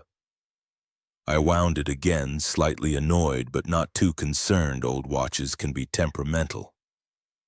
The third night I decided to stay up and watch it, curious about this pattern as the hands approached 2 a.m. I stared at the face. The second hand moved smoothly, tick, tick, tick, until exactly 2 car, and then nothing. Complete stillness. That's when I heard the TV turn on downstairs. I live alone in a two-story house. The TV was idly off when I went upstairs. I distinctly remembered turning it off because I'd been watching Netflix earlier. Now I could hear the unmistakable sound of static coming from my living room. My first thought was burglars. I grabbed my phone and the baseball bat I keep under my bed, then crept to the top of the stairs. The blue glow of the TV screen lit up the living room, casting weird shadows on the walls. But there was nobody there, just static on the screen, that harsh. White noise hiss filling the room. I went downstairs, checked all the windows and doors. Everything was locked. The remote was exactly where I'd left it, on the coffee table. I turned off the TV, double-checked all the locks again, and went back upstairs. My heart was pounding, but I told myself there had to be a logical explanation. Maybe there was a power surge that triggered the TV's auto-on function. If that was even a thing, I looked at the watch, still frozen at 2h hour. I wound it again and set the correct time, which was now 2:15 a.m. That's when I heard the footsteps. They came from directly above my bedroom, clear. Deliberate steps moving across the attic floor. The thing is, my attic is filled with boxes and old furniture. There's barely room to stand up there, let alone walk around. And the only access is through a pull-down ladder in the hallway, which was still firmly closed. The footsteps moved slowly from one end of the attic to the other, each step accompanied by a low creak of floorboards. I stood, frozen in my bedroom, baseball bat clutched in my sweating hands as the steps moved back and forth at exactly 2:30 a.m. They stopped just like that. The watch started ticking again as if nothing had happened. I didn't sleep at all that night. The next day at work, I could barely focus. I kept looking at the watch, dreading what would happen that night. I thought about not wearing it, but something told me that wouldn't make a difference. This wasn't about the watch itself. It was just marking time for whatever was happening in my house. I decided to document everything. I set up my phone to record the living room and positioned my laptop to record the hallway. Then I sat in my bedroom watching the watch as midnight came and went. 1:45 a.m. The ticking seemed louder somehow. Each movement of the second hand felt heavy, significant. 1:55 a.m. My mouth was dry. The bat was next to me on the bed. 59 a.m. I could feel my pulse in my throat. 2 The ticking stopped right on cue. I heard the TV, but this time there was something else, a voice coming through the static. I couldn't make out the words, but it was definitely speaking. The sound made my skin crawl. I checked my phone's live feed. The TV was on, showing static, but something dark moved across the screen. Not a person, more like a shadow, but three-dimensional. It shifted and flowed like smoke, but seemed to have mass. The footsteps started in the attic, but they were different this time, faster, more aggressive. The whole ceiling seemed to shake with each step. Then I heard another sound, dragging, like something heavy being pulled across the floor. My phone screen went black. The laptop feed followed a second later. The temperature in my bedroom dropped so fast I could see my breath. The footsteps moved to the stairs, not the attic stairs. The main stairs leading up to the second floor. Each step creaked under invisible weight. Thud creak, getting closer. I sat, paralyzed on my bed, gripping the baseball bat so hard. My knuckles were white. The footsteps reached the top of the stairs. They moved down the hallway, steady and deliberate, getting closer to my bedroom. They stopped right outside my door. The handle started to turn. I wanted to scream, but couldn't make a sound. The door opened slowly, the hinges groaning. The hallway was pitch black, but the darkness in the doorway seemed different, deeper, almost solid. The temperature dropped even further. The shadow moved into my room. It had no definite shape, but I could feel it looking at me. The air felt thick, like trying to breathe underwater. My chest tightened. The shadow drifted closer. I swung the bat. It passed right through the darkness, but the shadow recoiled. The temperature rose a few degrees, encouraged. I swung again, shouting wordlessly. The shadow retreated to the doorway. Then I heard a voice, not from the TV this time, but right there in my room. It was barely a whisper, but I heard it clearly. Not yet. The shadow disappeared. The TV turned off downstairs. The temperature returned to normal. I looked at the watch. 2:30 a.m. Exactly, it started ticking again. I spent the next day researching the watch. I went back to S's Antiques, but S claimed he couldn't remember who sold it to him. I searched online for similar models, for stories about haunted watches, for anything that might explain what was happening. Finally, buried in a local history forum, I found something. A post from 3 years ago mentioned a Charles Weathers who died in 1952, the year inscribed on my watch. He had been a watchmaker in town, known for his custom pieces. According to the post, he died in his sleep at 2:30 a.m. After a break-in at his shop. Nothing was stolen except one watch he just finished making. The next part made my blood run cold. Weathers had been working on a special commission, a watch that would help the owner see beyond the veil at the hour of his death. The client was never identified. I thought about throwing the watch away, but something told me that wouldn't solve the problem. Whatever was happening, the watch was just a conduit. It was marking time for something that was already there, waiting. That night, I was ready. I'd drawn crosses on all the doors and windows with blessed chalk from a local church. Salt lines crossed every threshold. I had every light in the house on, and religious symbols from half a dozen faiths scattered around my room. Room 2 and a.m. Came. The watch stopped. Nothing happened. No TV, no footsteps, no temperature drop.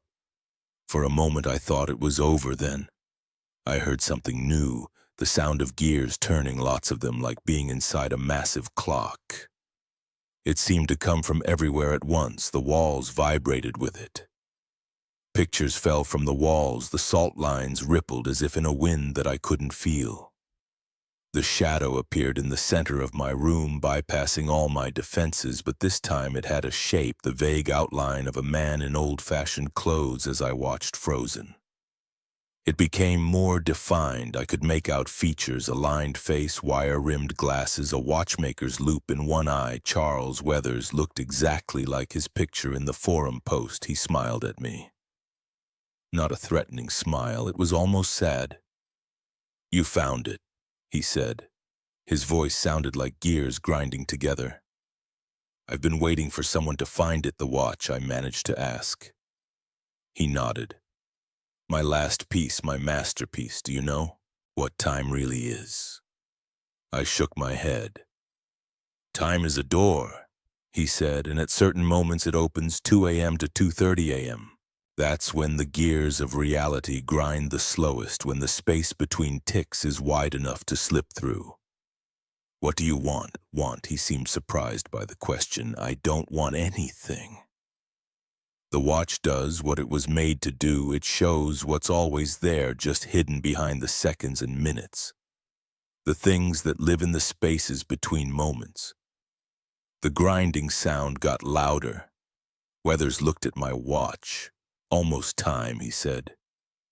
"For what?" "For you to choose. Keep wearing the watch, and you'll learn to see more, or give it back and return to your safe, solid time." "Give it back to who?" "To me, of course." He held out his hand.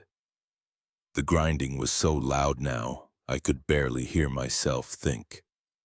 I looked at the watch. It was still frozen at 2, sir, but somehow I knew exactly how much time I had left to decide. The second hand trembled slightly, like it was fighting to move. I thought about the past few nights, the terror and confusion. But I also thought about what Weathers had said about seeing what was hidden behind the moments, about the spaces between ticks where impossible things lived. The grinding reached a crescendo. My ears popped. Weathers waited patiently, hand extended.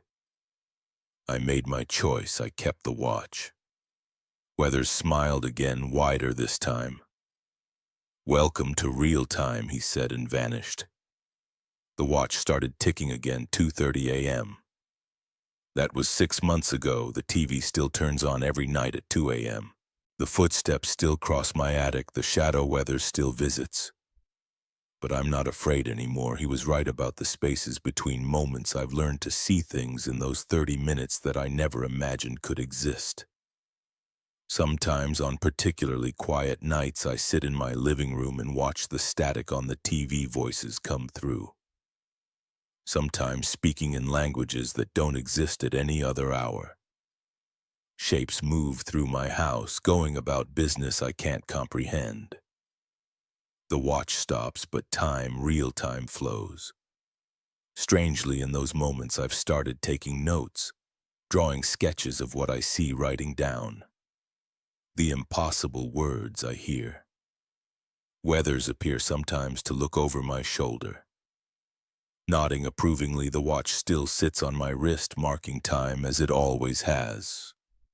But now I know that time isn't what we think it is. It's not a straight line or even a circle. It's more like a gear full of teeth and spaces, gaps where something else can slip through. And every night, at 2 a.m. for 30 minutes, I get to see what lives in those gaps. The watch stops, but everything else comes alive. I check the time as I write this, 1:59 a.m. The second hand moves steadily toward the top of the D-stal. I can already feel the air getting heavier. The space between ticks stretching out like taffy time for another night of real time. Tick, tick, stop. I never should have answered that phone. The ancient rotary model sat quietly in my basement for weeks after I moved in, just gathering dust on a shelf. I ignored it completely until that night in October when it actually rang. That single decision to pick up that receiver changed everything. The previous owners left the phone behind when they moved out, along with other junk they didn't want to deal with. I didn't mind moving into. This old house in rural Massachusetts was already expensive enough, and clearing out their abandoned stuff wasn't high on my priority list. I had more pressing issues to handle, like fixing the perpetually dripping kitchen faucet and repainting the peeling walls in the living room. I work from home as a software developer, so I spend most of my time upstairs in my makeshift office. The basement was just storage space as far as I was concerned. I only went down there occasionally to do laundry or grab tools. The phone sat on a wooden shelf next to some rusty garden implements and moldy cardboard boxes. It was one of those heavy black desk models from the 1950s or 60s with a rotary dial and a thick coiled cord. The previous owners must have used it as a basement extension line back in the day. I assumed it was just decorative now. Surely the line had been disconnected decades ago. The modern phone jacks were all upstairs, and I had my cell phone anyway, so I barely gave that old rotary phone a second glance during my first 2 months in the house.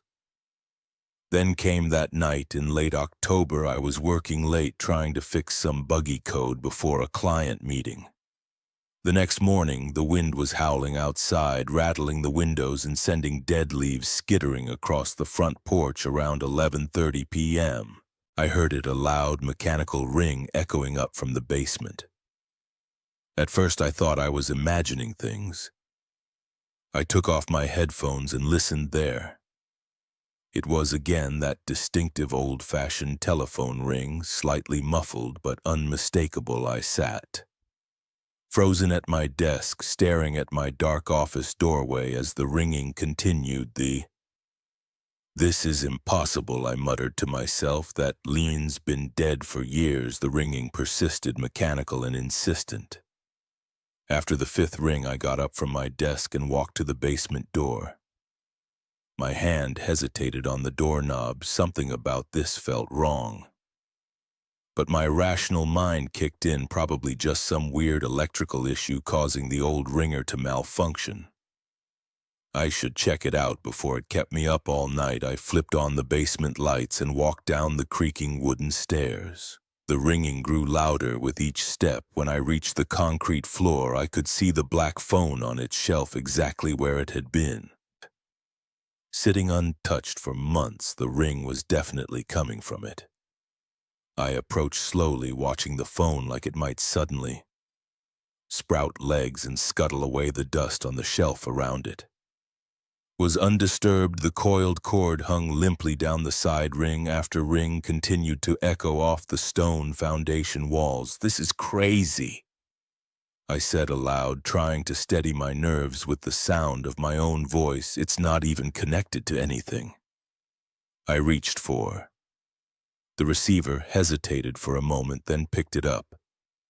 The ringing stopped immediately. I held the heavy black handset to my ear.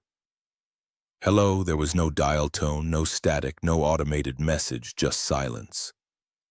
At first, then I heard it, the sound of someone breathing, slow, deliberate breaths, clearly audible through the receiver. "Who is this?" I demanded, my voice shakier than I intended. The breathing continued, steady and unchanging. "In out. In out. Look, I don't know how you're doing this, but it's not funny. This line isn't even connected." No response except those measured breaths. They weren't labored or threatening. Just calm, regular breathing, like someone sleeping, but whoever it was had to be deliberately holding the phone close enough for me to hear it so clearly. I slammed the receiver back into its cradle. My hands were trembling slightly. I backed away from the shelf, keeping my eyes on the phone. It sat there innocently, just an old piece of obsolete technology. I practically ran up the basement stairs. Slamming the door behind me back in my office, I tried to focus on work again. But I couldn't concentrate every few minutes. I found myself glancing at the basement door, half expecting to hear that ring again. Nothing happened for the rest of the night. Around 2 a.m. I finally gave up on work and went to bed. I lay awake for hours, straining to hear any sound from downstairs.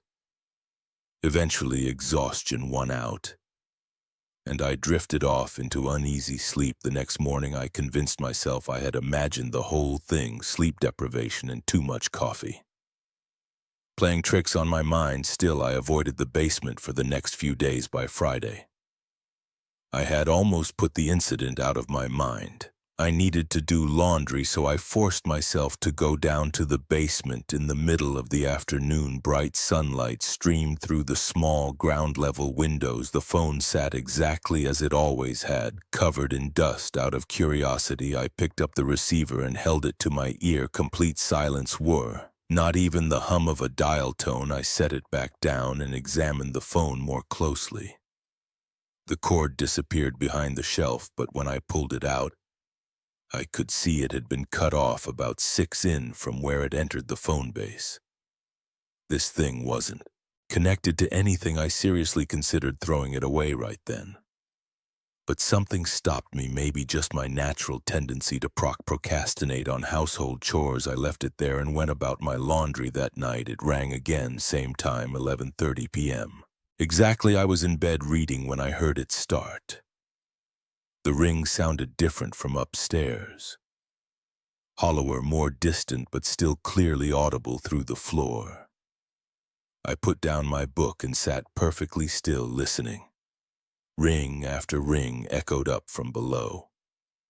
My heart was pounding in my chest. This time I knew I wasn't imagining it.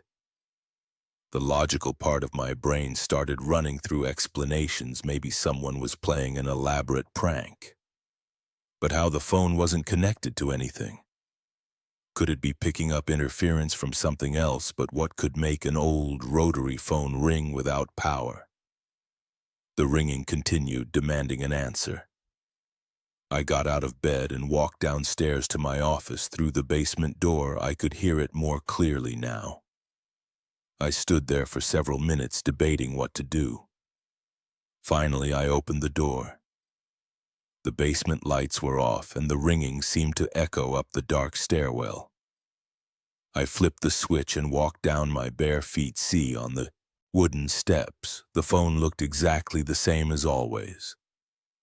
I approached it slowly, watching the dust motes dance in the air around it, stirred up by my movement. The ringing stopped as soon as my hand touched the receiver. I lifted it to my ear, my mouth dry. Hello, the breathing started immediately, slow, steady breaths, perfectly regular, in, out, in, out. This time I forced myself to listen more carefully. The sound had an odd quality to it. Not quite natural, almost like it was coming from very far away or through some kind of filter. "Who are you?" I asked. "What do you want?" The breathing continued, unchanged. I stood there listening for several minutes, but nothing changed. Finally, I set the receiver down gently back upstairs. I grabbed my phone and called my friend Mike, who works in its security. It was late, but I knew he'd still be up.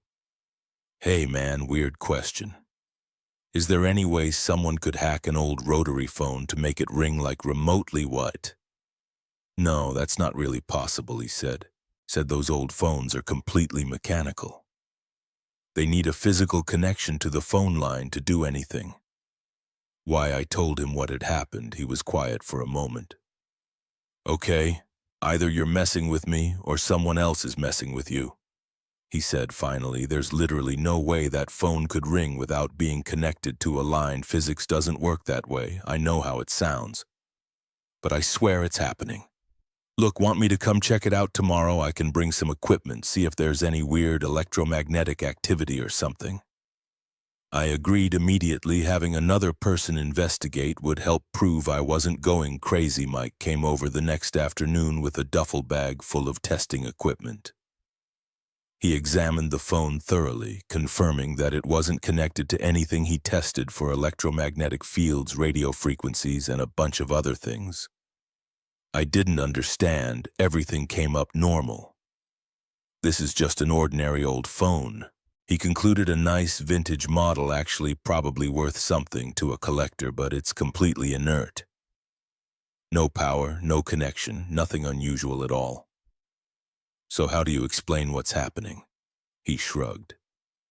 "Bad dreams, stress, hallucinations, or maybe someone installed some kind of hidden speaker to mess with you. Want me to stay tonight and see if anything happens?" I agreed eagerly. Mike set up his laptop and some monitoring equipment, and we waited. 11:30 p.m. came and went. Nothing happened, see?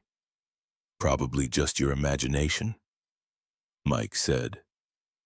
Around midnight, he packed up his gear and left. I went to bed frustrated and confused. Was I really just imagining things? But it had seemed so real. The phone stayed silent for the next 3 nights. I was just starting to relax when it happened again.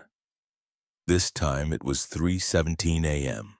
When the ringing jolted me awake, I sat up in bed, instantly alert. The sound seemed louder than before, more urgent somehow. I got up and walked downstairs, not bothering with lights this time. The ringing guided me through the darkness. When I reached the basement, pale moonlight filtered through the windows, casting strange shadows on the walls. The phone was ringing frantically now, the bell seeming to vibrate through my entire body. I crossed the room quickly and grabbed the receiver. The breathing was different this time, faster, more irregular. I could hear something else in the background. A faint scratching sound like nails on wood. "What do you want?" I demanded. "Why are you doing this?" The breathing quickened further, the scratching grew louder. Then, for the first time, I heard something else, a voice. So quiet I almost missed it. "Help." It whispered. The voice was raspy, desperate. "Please help. Who are you? How can I help?" The scratching sound intensified. The breathing turned to gasping, then the line went dead silent. I held the receiver to my ear for several minutes, willing the voice to return. Nothing but absolute silence. When I finally lowered the phone, I noticed something that made my blood run cold.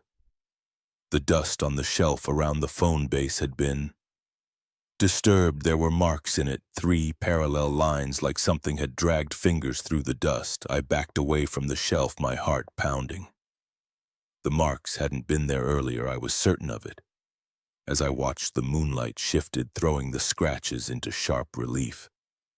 I ran upstairs and locked the basement door. I spent the rest of the night in my office with all the lights on, jumping at every creak and groan of the old house.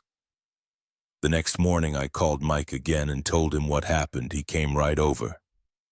The marks were still there in the dust. Mike photographed them and measured them carefully.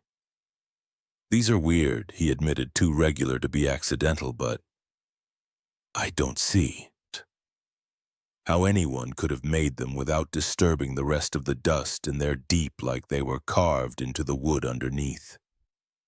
He helped me remove the phone from the shelf. Sure enough, the marks continued into the wooden surface below.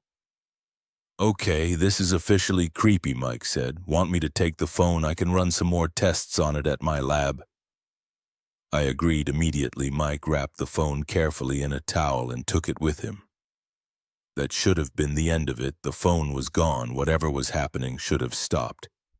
But that night at exactly 11:30 p.m., I heard it again. The ringing wasn't coming from the basement anymore. It was coming from my bedroom closet. I opened the door slowly. There, sitting on the floor among my shoes, was the phone. The same phone Mike had taken away just hours earlier. It was ringing. I slammed the closet door and ran out of the house. I spent the night at a hotel. The next morning I called Mike in a panic. "The phone's still at my lab," he said. "I'm looking at it right now. It hasn't moved." I went home and checked my closet. The phone was gone. No sign it had ever been there. I'm writing this now because I need to document what's happening while I still can. The phone appears somewhere different in my house every night now. Always at 11:30 p.m., always ringing. Sometimes I answer it, sometimes I don't. When I do, the breathing is always there, sometimes with the voice begging for help, sometimes just scratching sounds. I've tried. Leaving the house at night, the phone follows me. I heard it ringing in my car's glove compartment last night when I opened it. The phone was there, somehow crammed into the small space. By morning, it was gone again. I don't know what to do anymore. I can't sleep, I can't work. I jump every time I hear something that sounds remotely like a phone ring. The voice on the line sounds more desperate each time, but I don't know how to help. Last night something changed. The phone appeared on my nightstand ringing as usual. When I answered, instead of breathing, I heard the voice clearly for the first time. "Behind you," it said. I spun around. There was nothing there, but when I turned back, the phone was gone. In its place were 3 deep scratches in the wooden nightstand. I'm selling the house. I don't care about taking a loss. I need to get out of here, but somehow I know the phone will follow me wherever I go. It's not the house that's haunted, it's me. The worst part, it's 11:29 p.m. Now 1 minute until it starts again. I can already feel it coming. The phone is going to ring, and this time I think I know what I'll see. When I turn around, I just hope someone finds this and understands what happened to me. If you ever find an old rotary phone in your house, for God's sake, don't answer it when it rings. Wait. I hear something scratching. It's coming from behind me. I should have taken an Uber that night. That's what keeps running through my head now, as I sit here in my bedroom closet trying to make myself as small as possible while that thing prowls around outside. But I didn't take an Uber. I took the 11:45 p.m. bus home from work, like I always do on late shifts, because I'm too cheap to spend $20 on a ride when I can spend $2 on the bus. That decision might cost me everything. It started normally enough. I was beat after a 12-hour shift at the warehouse. My back hurt, my feet were killing me.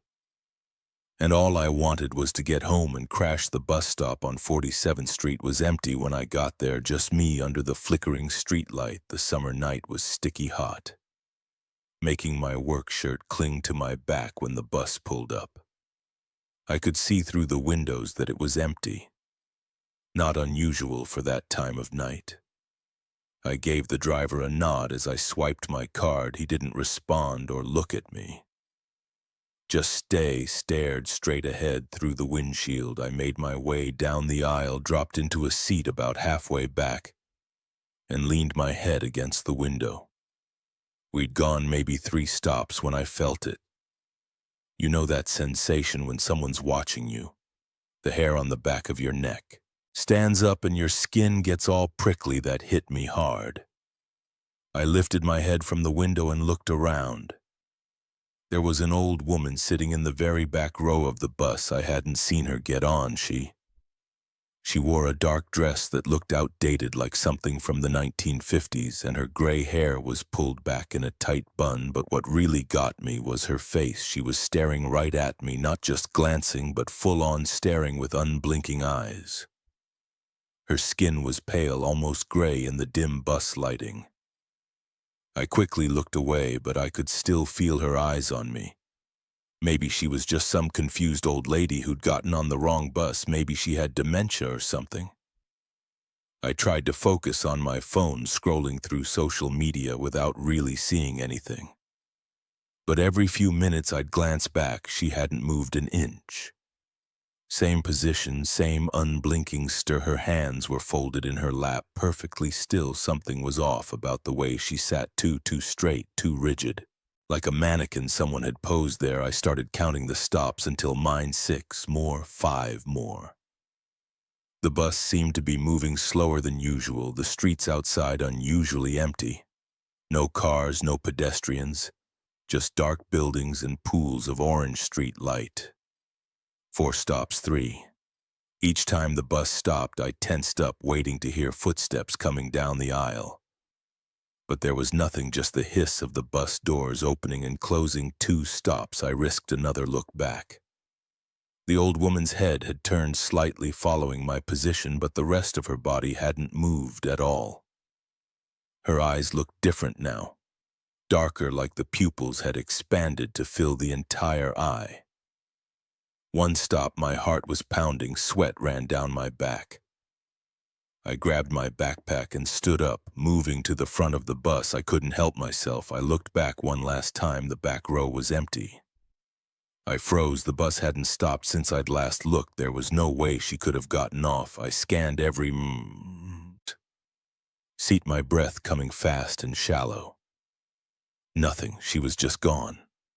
The bus stopped at my corner. I practically ran to the front, almost tripping down the steps. The driver still hadn't moved or spoken. As the doors closed behind me, I could have sworn I saw his reflection in the windshield. His face was gray and corpse-like, eyes completely black. I told myself I was being stupid, letting my imagination run wild because I was tired.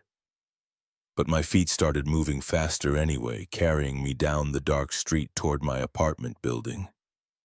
The streetlight seemed dimmer than usual, creating more shadows than light. That's when I heard the footsteps behind me.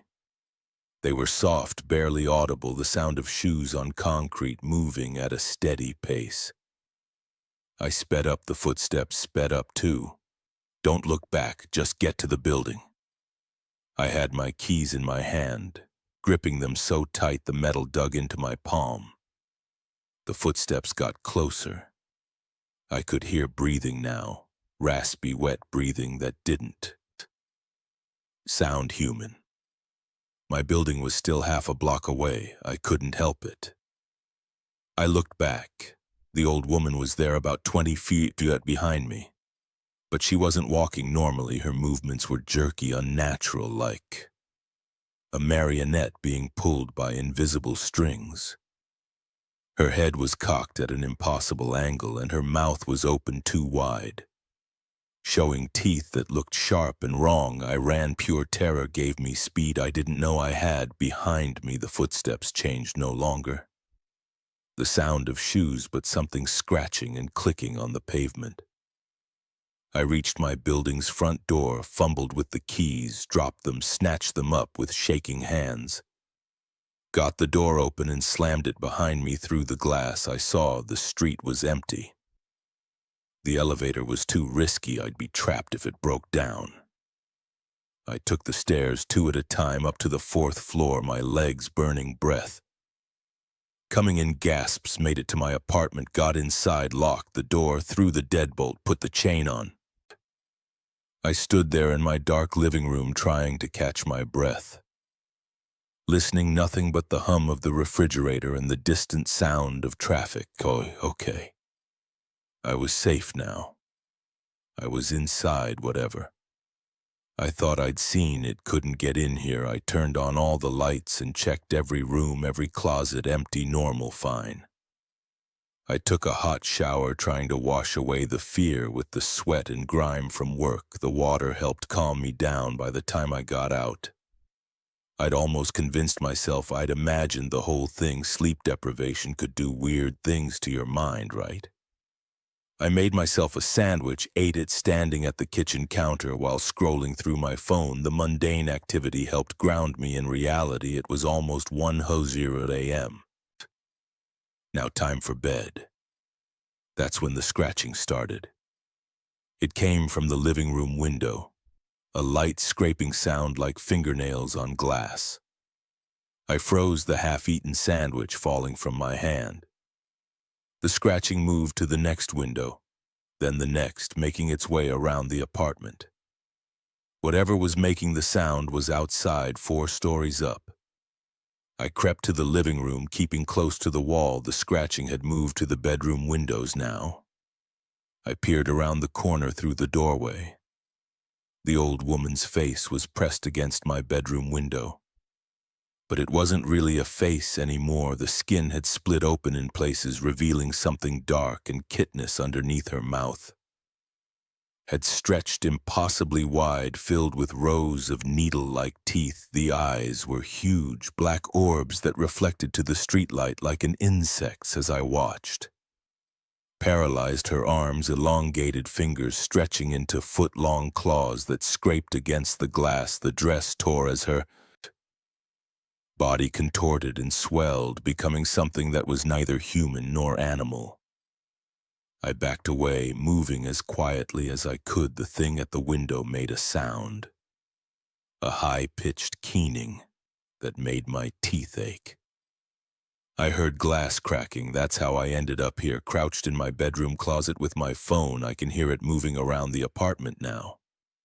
The window glass crunches under its feet. Something wet drips onto the floor. That keening sound comes and goes, sometimes right outside the closet door. I've called 911. 3 times. The first 2 times the line was dead. The 3rd time someone answered. But all I could hear was that same raspy breathing I'd heard on the street. My phone battery is at 12%. The thing hasn't found me yet, but it's getting closer. It keeps making these clicking sounds like it's tasting the air. The closet door isn't very sturdy. It won't hold if it finds me. I can hear it right outside. Now the clicking is louder. Something scrapes against the door. The handle starts to turn. My phone is almost dead if anyone finds this. Stay off the late-night buses. Don't make my mistake. And if you see an old woman sitting alone at the back staring at you with blinking eyes, get off at the next stop. Run as fast as you can. The door is opening. I can smell it now, like rotting meat and wet earth. My phone is at 1%. I hear that high-pitched sound again right in front of me. I look up. The darkness is full of teeth. I never should have moved to this place. That's what I keep telling myself as I sit here in my kitchen, with my shotgun across my lap, watching the tree line through my window. 3 days have passed since I last slept. More than an hour at a time. The coffee is not helping anymore. My hands shake when I lift the mug to my lips, but I need to tell this story while I still can. While I still remember every detail, while I'm still here. It started 6 months ago when I bought this old farmhouse in western Montana, 10 acres of land mostly, wooded with a vegetable garden out back. The previous owner died and his kids wanted to sell fast. The price was right and I needed to get away from city life. After my divorce, I thought I'd found the perfect escape. The first 2 months were quiet. I fixed up the house, planted some tomatoes and cucumbers. Got to know my nearest neighbor, Jim, who lives 2 miles down the dirt road. I settled into a routine: wake up at dawn, tend to the garden, work on my laptop. I do freelance web development and spend evenings on the porch watching the sunset. Then I started noticing things, small things. At first, the garden fence had deep scratches one morning. Not like from a deer or bear, I'd seen those before. These were different. They ran in parallel sets about 4 in apart and cut nearly a 4-inch into the wood. I found them on the west side of the fence. Facing the densest part of the woods, a week later, I spotted the first tracks. They were pressed deep into the mud near my garden after a rainstorm too big for a wolf or mountain lion. The prints were almost human, shaped but wrong. Somehow, the toes were too long, spread wide apart. Each print was nearly 16 in long. I took photos and showed them to Jim. He got real quiet, then told me to make sure I locked my doors at night when I pressed him for more information. He just shook his head and said, "Some places have histories better left alone." The tracks kept appearing, sometimes near the garden, sometimes by my truck, sometimes right under my bedroom window. I installed motion sensor lights and cameras, but they never caught anything, whatever. Left those prints, knew how to stay in the shadows. Then came the sounds at night, not the normal hoots and howls of the forest. These were different, like someone trying to speak underwater, gurgling and choking. They started far off in the woods. But each night they got closer. I barely slept. Every noise had me reaching for the baseball bat I kept by my bed. I started carrying my grandfather's old 12-gauge whenever I went outside the locals at the general store. Stopped making jokes about me being a city boy when they saw the dark circles under my eyes 3 nights ago. Everything changed. I was sitting on my porch, shotgun across my knees, watching the tree line like I'd done every night that week. The motion lights kept flickering on and off, but I never saw what triggered them.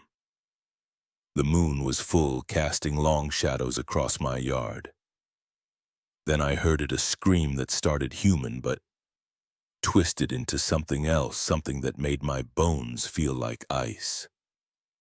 It came from the big oak tree at the edge of my property, about 50 yards from the porch. I raised my shotgun and clicked on the tactical flashlight I'd mounted to it. The beam cut through the darkness, illuminating the tree's trunk. At first I saw nothing, then something moved. A figure stepped out from behind the oak.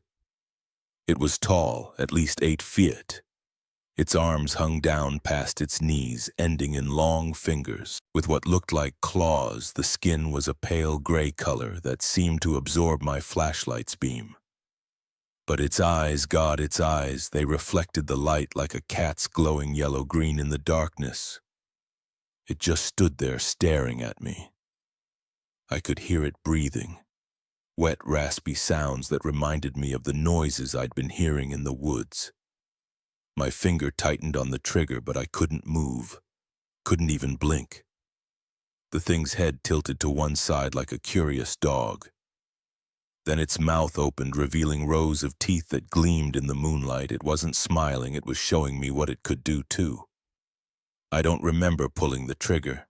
The shotgun's roar broke whatever spell had frozen me in place. The thing jerked backward as the buckshot hit it, but it didn't fall. Instead, it made that horrible screaming sound again and darted behind the tree. I fired another shot at the tree trunk, then another. When I finally lowered the smoking gun, the yard was silent except for the ringing in my ears. I spent the rest of the night in my truck, engine running, high beams pointed at the tree.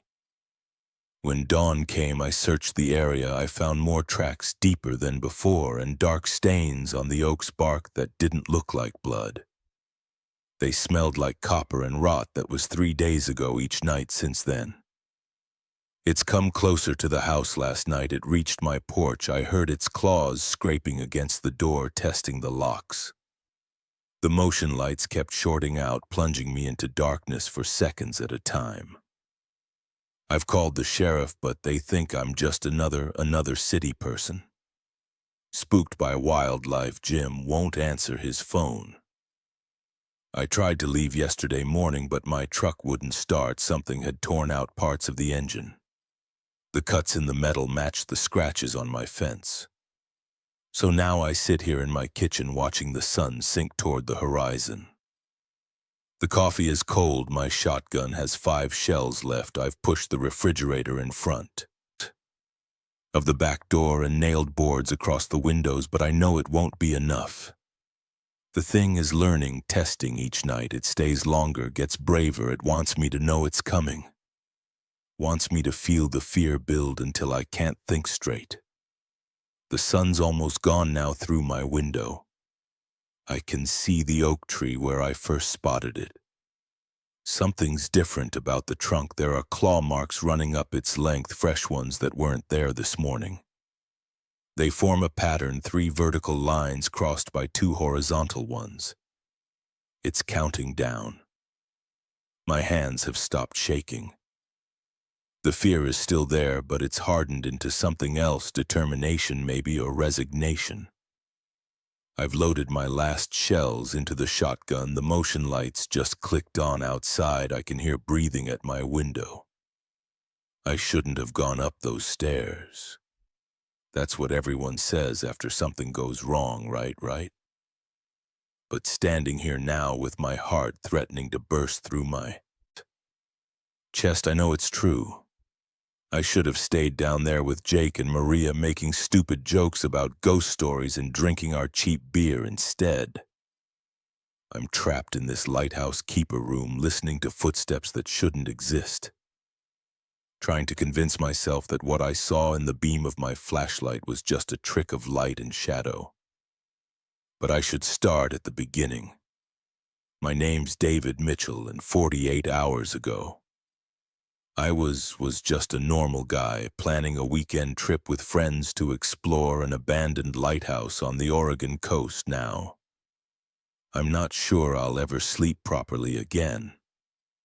It started as Jake's idea. He'd found the old Cascade Head lighthouse while researching locations for his photography blog. According to his research, it had been abandoned since 1987.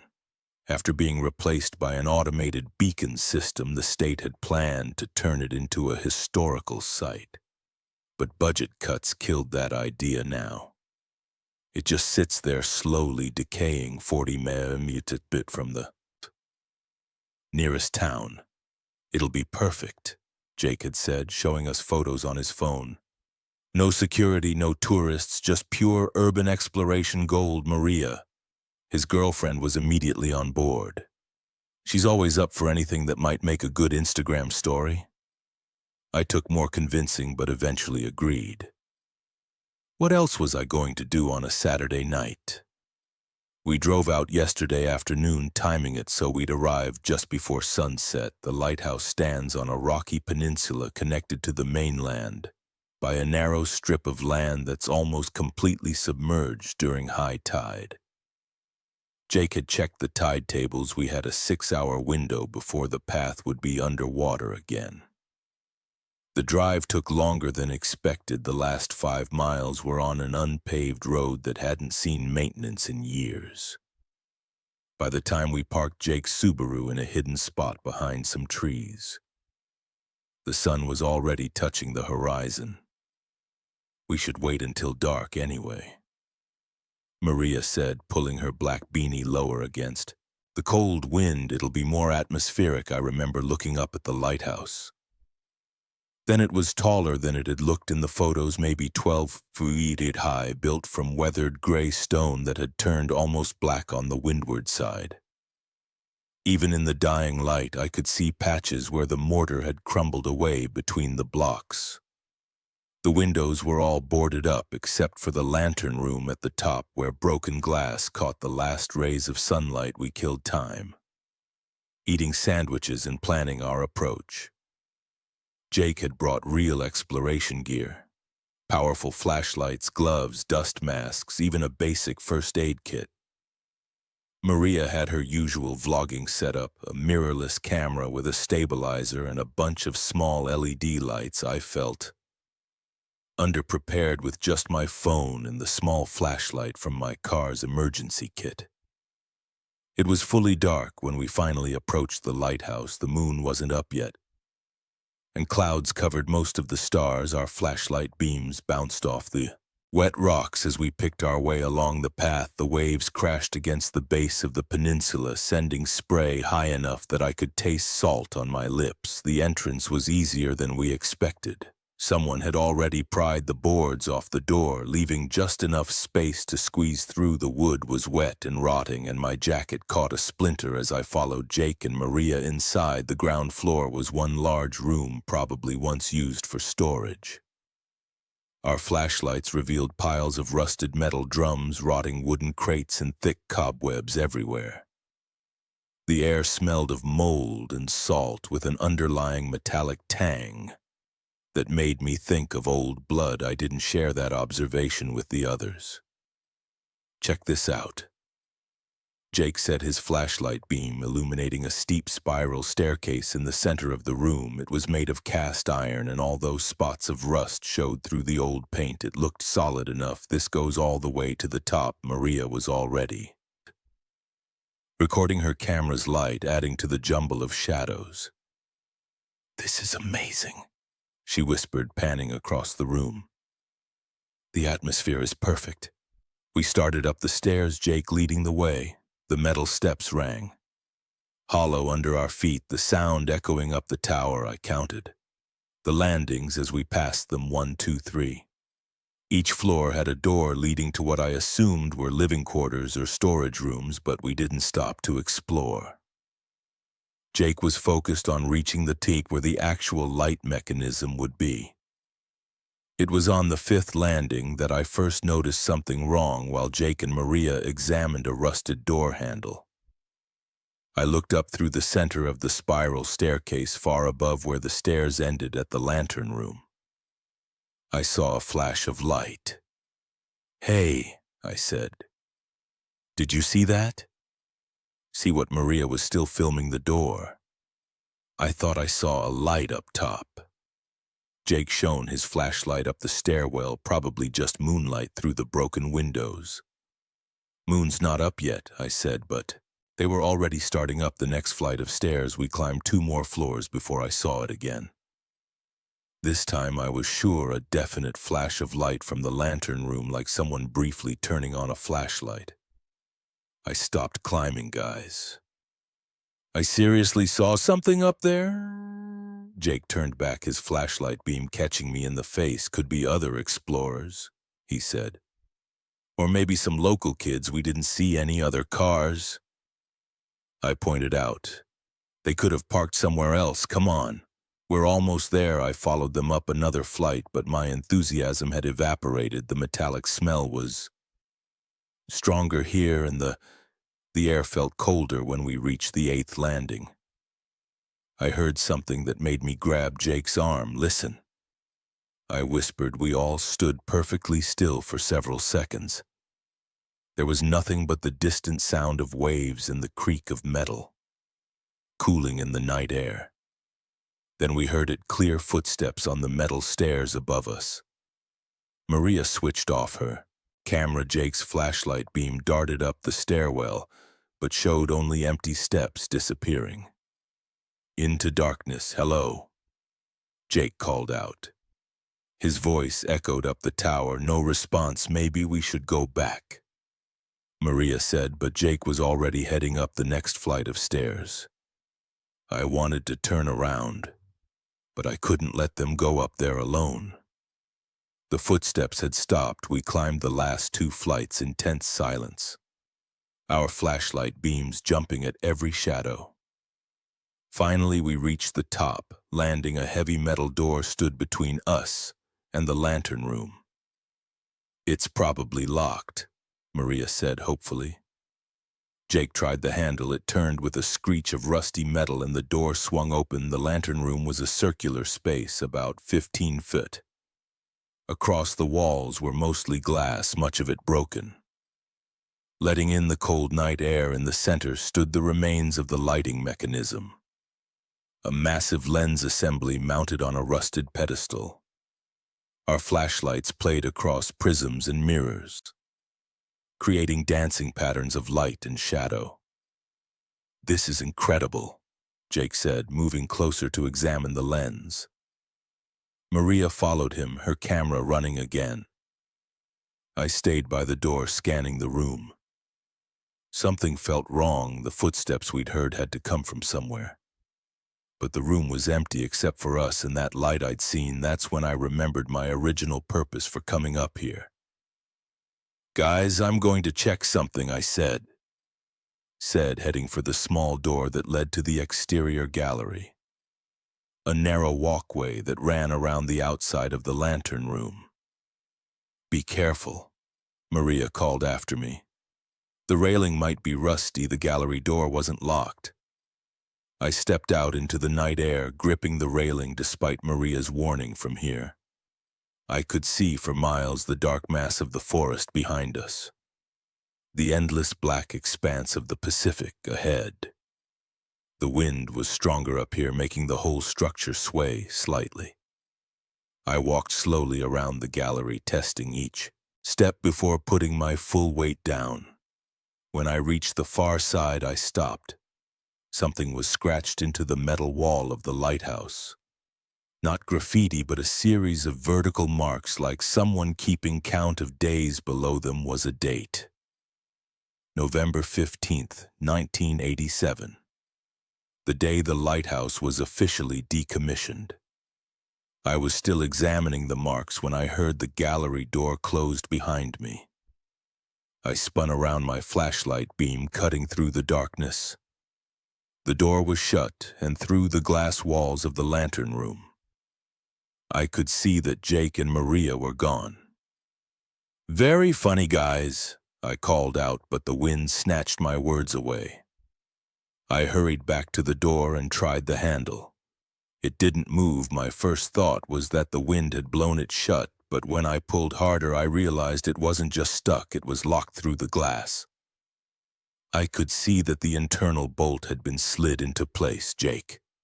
"Maria." I pounded on the door. No response. My flashlight beam showed an empty room. That's when I heard the footsteps again. This time inside the lantern room, slow, deliberate steps on the metal floor, moving in a circle around the central lens, but I couldn't see anyone making them. I pressed against the glass, trying to see better. The footsteps completed their circle and stopped for a moment. There was absolute silence. Then I heard a new sound, the creak of rusted hinges as the door to the spiral staircase slowly swung closed. The sound of the latch catching echoed in the empty room. I was now completely locked out, standing on a narrow metal platform 120 feet above the rocks, with something unseen inside the lighthouse. My phone was in my jacket pocket. With shaking hands, I pulled it out. No signal, of course not. We were miles from the nearest cell tower. I tried anyway, punching in Jake's number.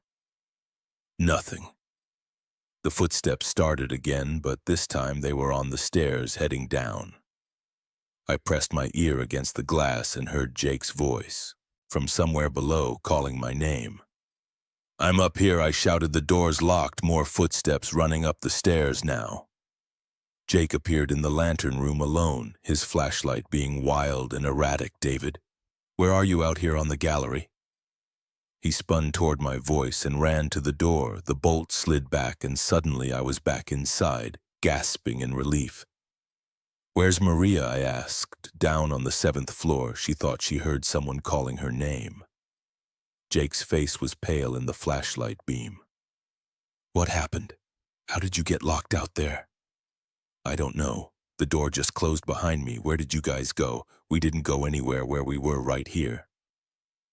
The whole time we stared at each other as the implications of that sank in. Then we heard Maria scream. The sound came from far below. Echoing up the stairwell without a word, we both ran for the door. It was still locked. Jake rattled the handle frantically. This was open a second ago. I added my strength to his, but the door wouldn't budge. Maria screamed again, closer this time. Followed by the sound of running footsteps on the stairs, Jake shouted, "We're locked in! Get help!" The footsteps reached our landing. We heard someone breathing heavily just outside the door, then Maria's voice, strange and flat. "The door's locked, we know." Jake was still fighting with the handle. "Can you open it from your side? The door's locked." Maria's voice repeated exactly the same way. Then again, "The door is locked." Jake stopped pulling on the handle. We both stepped back from the door. "Maria," he called, his voice shaking. "The door's locked, the door's locked, the door's locked." The words ran together, getting faster and faster, the voice less and less like Maria's with each repetition. Then it stopped for several seconds. There was only silence. Jake raised his flashlight, aiming it through the small window in the door. The beam illuminated an empty landing. "Oh, God," Jake whispered. "Oh, God, oh, God, oh, God." I grabbed his arm. Listen, from below came the sound of footsteps, not on the metal stairs this time, but on stone moving across one of the lower floors. Then another set of footsteps joined them, and another. They were all heading up. Jake and I backed away from the door until we hit the central lens assembly. Our flashlight beams danced wildly around the room as we tried to cover all angles at once. The footsteps grew louder, closer, filling the stairwell with their echoes until it sounded like an army was climbing toward us. Then suddenly they stopped. The silence that followed was absolute. Even the wind seemed to have died away. We stood there, barely breathing. Our flashlights trained on the door. A single footstep broke the silence on the landing right outside the door. H-handle began to turn. Jake's flashlight flickered and went out. Mine followed a second later, plunging us into complete darkness. In that moment of blindness, I heard the door open. What happened next is still confused in my mind. I remember a rush of cold air. The smell of salt and rot growing overwhelming. Jake screamed, a sound cut off mid-breath. Something brushed past me in the darkness, something cold and wet that left my skin crawling. I dropped to the floor, crawling blindly until I found the wall. My flashlight had rolled away somewhere, but my phone was still in my pocket. I pulled it out, using its dim screen for light. The lantern room was empty. Jake was gone. The door stood open, revealing the dark stairwell. Beyond. From below came the sound of Maria's voice, then Jake's calling my name, but their voices were wrong, flat, mechanical, like bad record recordings played back too slowly. I stayed pressed against the wall, trying to control my breathing. The voices continued calling, moving around the lower floors of the lighthouse. Occasionally I heard footsteps on the stairs, but they never came all the way up again. I don't know how long I sat there, hours probably. I watched the battery indicator on my phone slowly drain away when it hit 10%. I finally made myself move. The stairway was pitch black. I used my phone screen to light each step as I descended, trying to move as quietly as possible. The voices had stopped, but I could still hear footsteps, always just a few floors away, never getting closer or farther. I counted the landings as I passed them: 8, 7, 6 on the 5th floor. My phone died. I continued in total darkness, one hand on the wall, feeling my way down.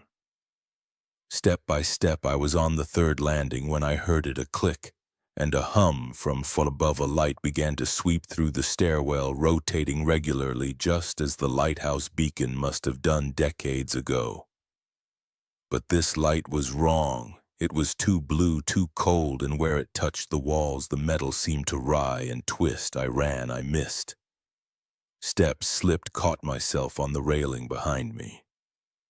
The light continued to revolve, sweeping down the stairwell like a searchlight. I could hear footsteps above matching my pace. I hit the ground floor at full speed, nearly crashing into the wall. The entrance was just visible as a slightly lighter rectangle in the darkness. I ran for it, squeezing through the gap in the boards without slowing down. The light from above caught me just as I cleared the doorway. For a split second, I felt an intense speed and something tried to grab my jacket. Then I was through, running across the wet rocks toward where we parked the car. I didn't stop running until I reached the main road. A truck driver found me there. Just after dawn, walked 5 miles in the rain.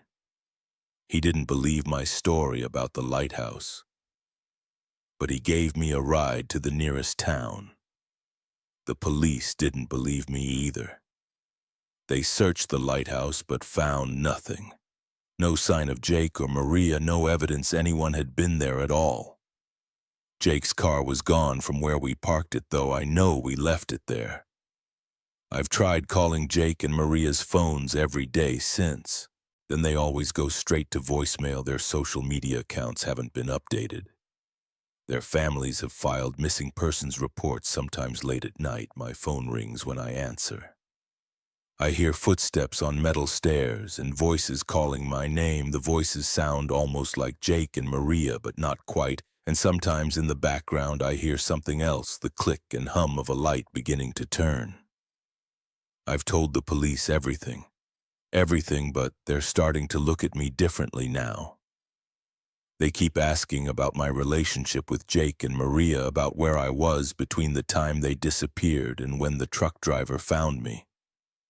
I know how it sounds, I know what they think happened, but I also know what I saw, what I heard in that lighthouse, and I know that somehow Jake, the first time I heard my name, I thought it was just the wind. 3 seconds later, I knew I was wrong. I was walking home from the train station at 11:47 p.m. On a Tuesday in October. The rain had started 20 minutes earlier, soaking through my jacket and running down my neck. My shoes squeaked against the wet sidewalk of Pine Street, and water dripped from the brim of my baseball cap. The streetlights cast orange circles on the ground, but the spaces between them were pitch black. That's when it happened, Michael. The voice wasn't loud, it was barely above a whisper, but I heard it clearly over the steady drumming of the rain. I stopped walking and turned around. The street behind me was empty. Just puddles reflecting the streetlights and parked cars with water streaming down their windows. I shook my head and kept walking. My socks were wet and I just wanted to get home, Michael. This time the voice came from my left. I jerked my head toward it. Nothing there except the brick wall of the old hardware store, its security gate pulled down and locked. My heart started beating faster. It's just the rain, I said out loud. My voice sounded strange and small in the empty street. I picked up my pace water, splashing around my feet. Home was 6 blocks away, just 6 blocks. Michael right behind me now. I spun around so fast I almost slipped. My breathing came in quick bursts. The street was still empty, but the voice had been right there, right there. I pulled out my phone with shaking hands, accidentally smearing water across the screen. No new messages, no missed calls, 4 bars of signal. Michael left side again. Close, I pressed my back against the wall of the hardware store. My chest felt tight. I dialed 911, but didn't hit sand yet. What would I even tell them? That I was hearing voices in the rain, Michael? We're from the right this time. I pushed off from the wall and started running. Water splashed up my legs. My wet clothes felt heavy and cold. Michael ahead of me now. I skidded to a stop, nearly falling. The voice was everywhere and nowhere. Michael behind. Michael above Michael inside my head.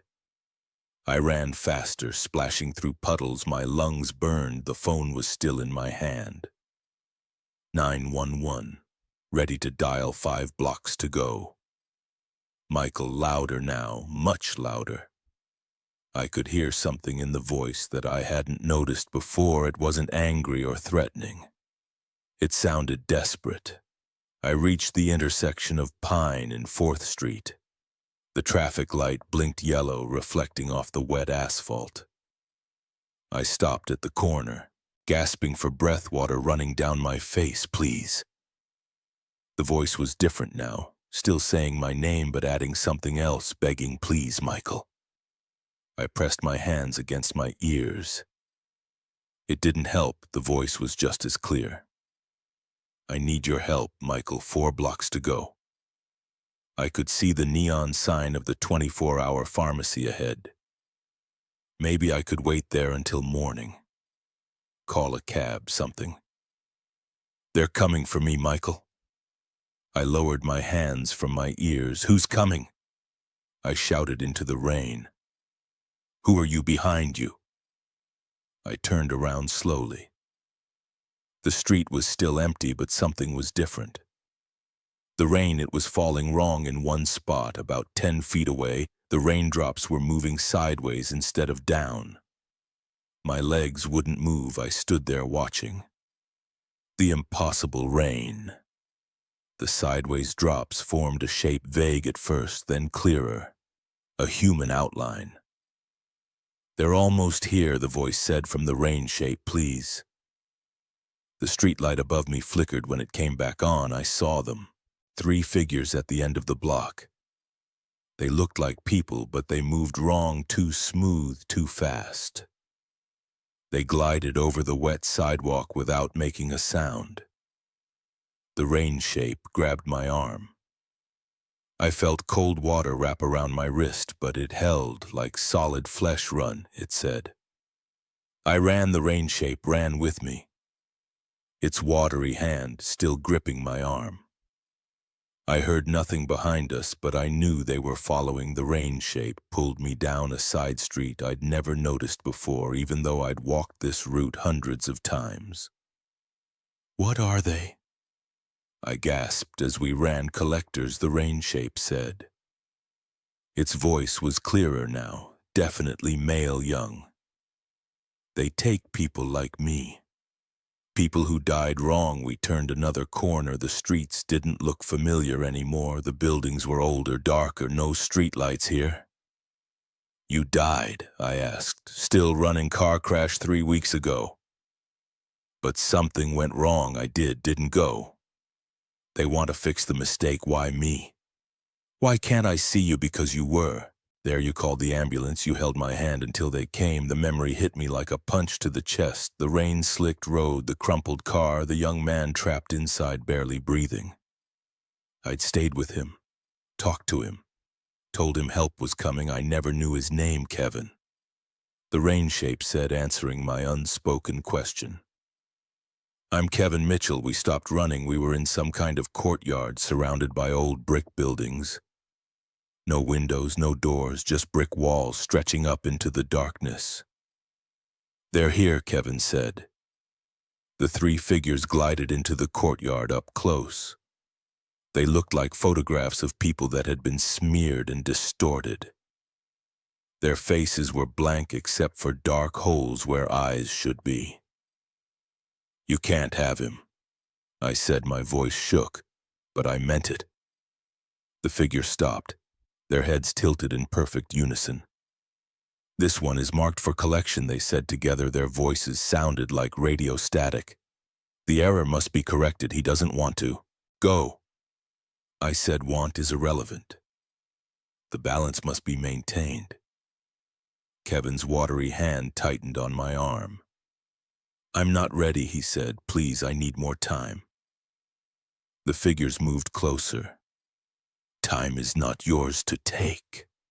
I stepped in front of Kevin. Rain ran down my face into my eyes. My heart hammered against my ribs.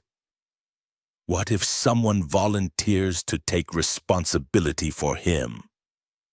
The figures stopped again. Their eye holes seemed to grow darker. You would anchor him, they asked. You would take his burden. Yes, I said, not really understanding what I was agreeing to. The price is heavy, they said. You will see others like him lost, ones wrong ones. They will come to you for help. Fine, I said. You will live with one foot in their world. The boundary between life and death will blur for you. For you. I understand.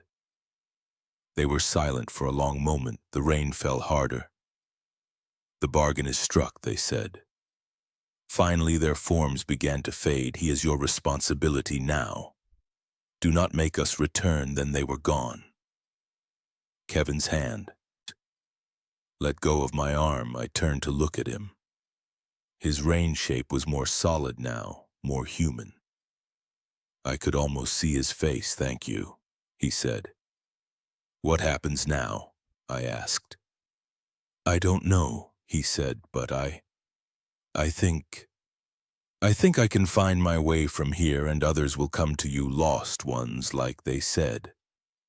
You'll help them too. How will I know what to do? You'll learn. His form was starting to disperse, becoming one with the rain again. You helped me even before you knew who I was. That's why they let you make the bargain. You already had it in you.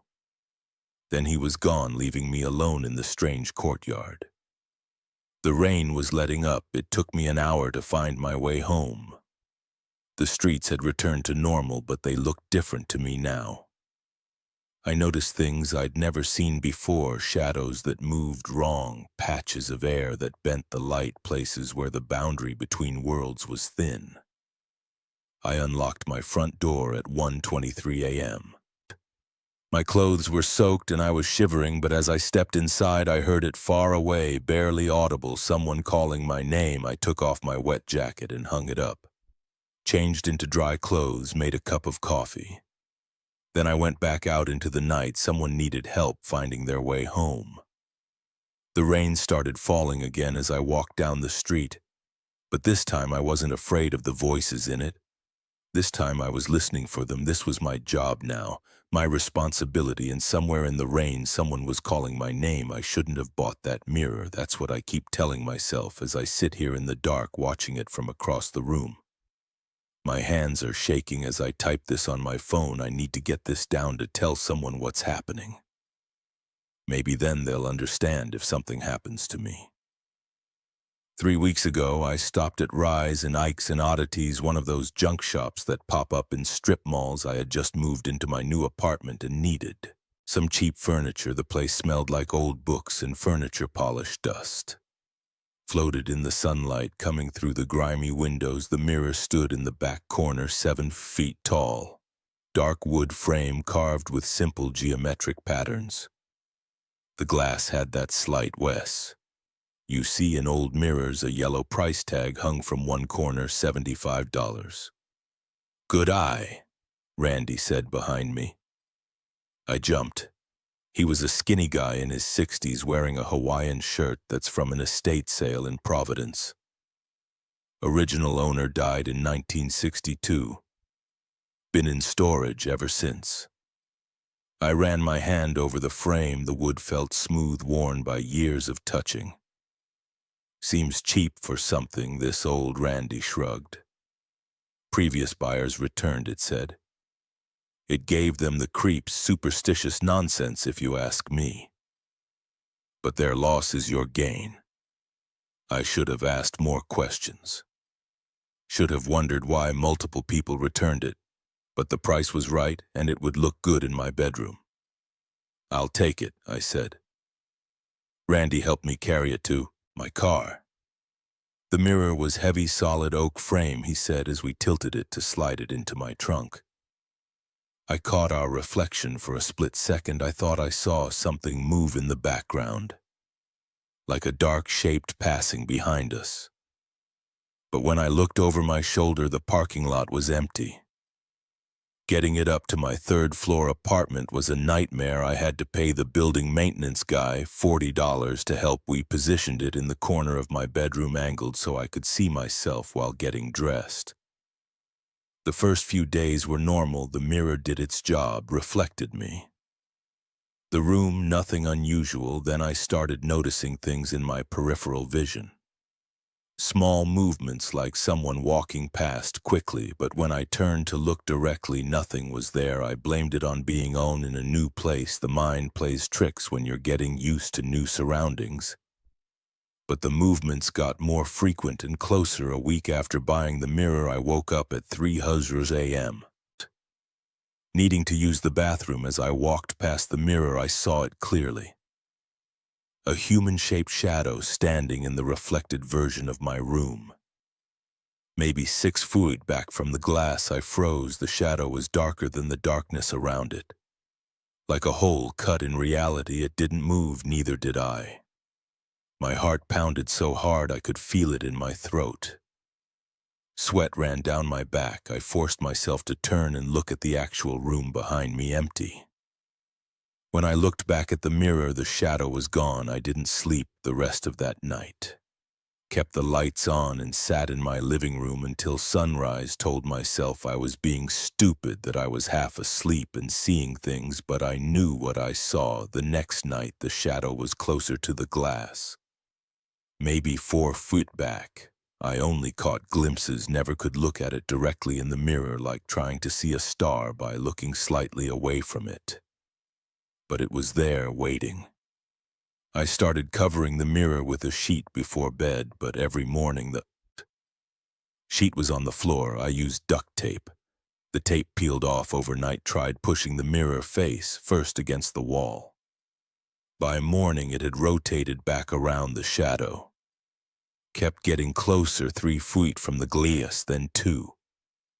Close enough now that I could make out more details. It was roughly my height and build, but its edges were fuzzy like smoke underwater. No features I could see, just absolute darkness in a human shape. Last night, it stood right at the glass. I lay in bed, paralyzed with fear, watching it in the mirror.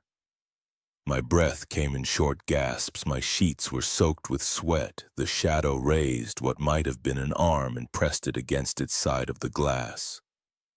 The surface rippled like water. I ran, spent the night in my car in a Walmart parking lot. Came back this morning, planning to get rid of the mirror, but when I opened my bedroom door, I knew something was wrong. The air felt thick, heavy, and cold. I could see my breath. The shadow wasn't in the mirror anymore. It stood in my actual room, between me and the glass, solid darkness. Like someone had cut a person-shaped hole in the world. It turned toward me where its face should be. There was only void. I slammed the door and ran. Now I'm sitting in my car against watching the sunset. I can see my bedroom window from here. Something dark keeps passing by it. I tried calling Randy's shop to ask about the mirror's history. The number's disconnected. I drove by earlier. The store is empty. Looks like it's been closed for months. The battery on my phone is almost dead. I need to go back up there. Try to deal with this. The shadow came through. It's in our world now, and somehow I know it's not done. It wants something else, wants to trade places, maybe put me on the other side of the glass. I'm going up there now, have to face it. If anyone finds this, stay away from old mirrors. Don't buy them. Don't look in them. Especially if they're too cheap to be true. Sometimes there's a good reason no one wants them. The sun just set. I can see a shadow moving in my bedroom window again. It's pressed against the glass, looking down at me. I think it's smiling. My hands won't stop shaking. The shadow is waving now, beckoning me to come up, and God help me. I think I'm going to need to know what's on the other side. Need to know why it chose me. If you're reading this, I'm probably already gone. Check the mirror in my bedroom. If you see someone trapped on the other side, banging on the glass, trying to get out, That's me. Don't let me out. Whatever I say, whatever I promise, whatever I beg, leave me there because it won't really be me anymore. I'm walking up the stairs now. The shadow is waiting. I can feel it calling me goodbye for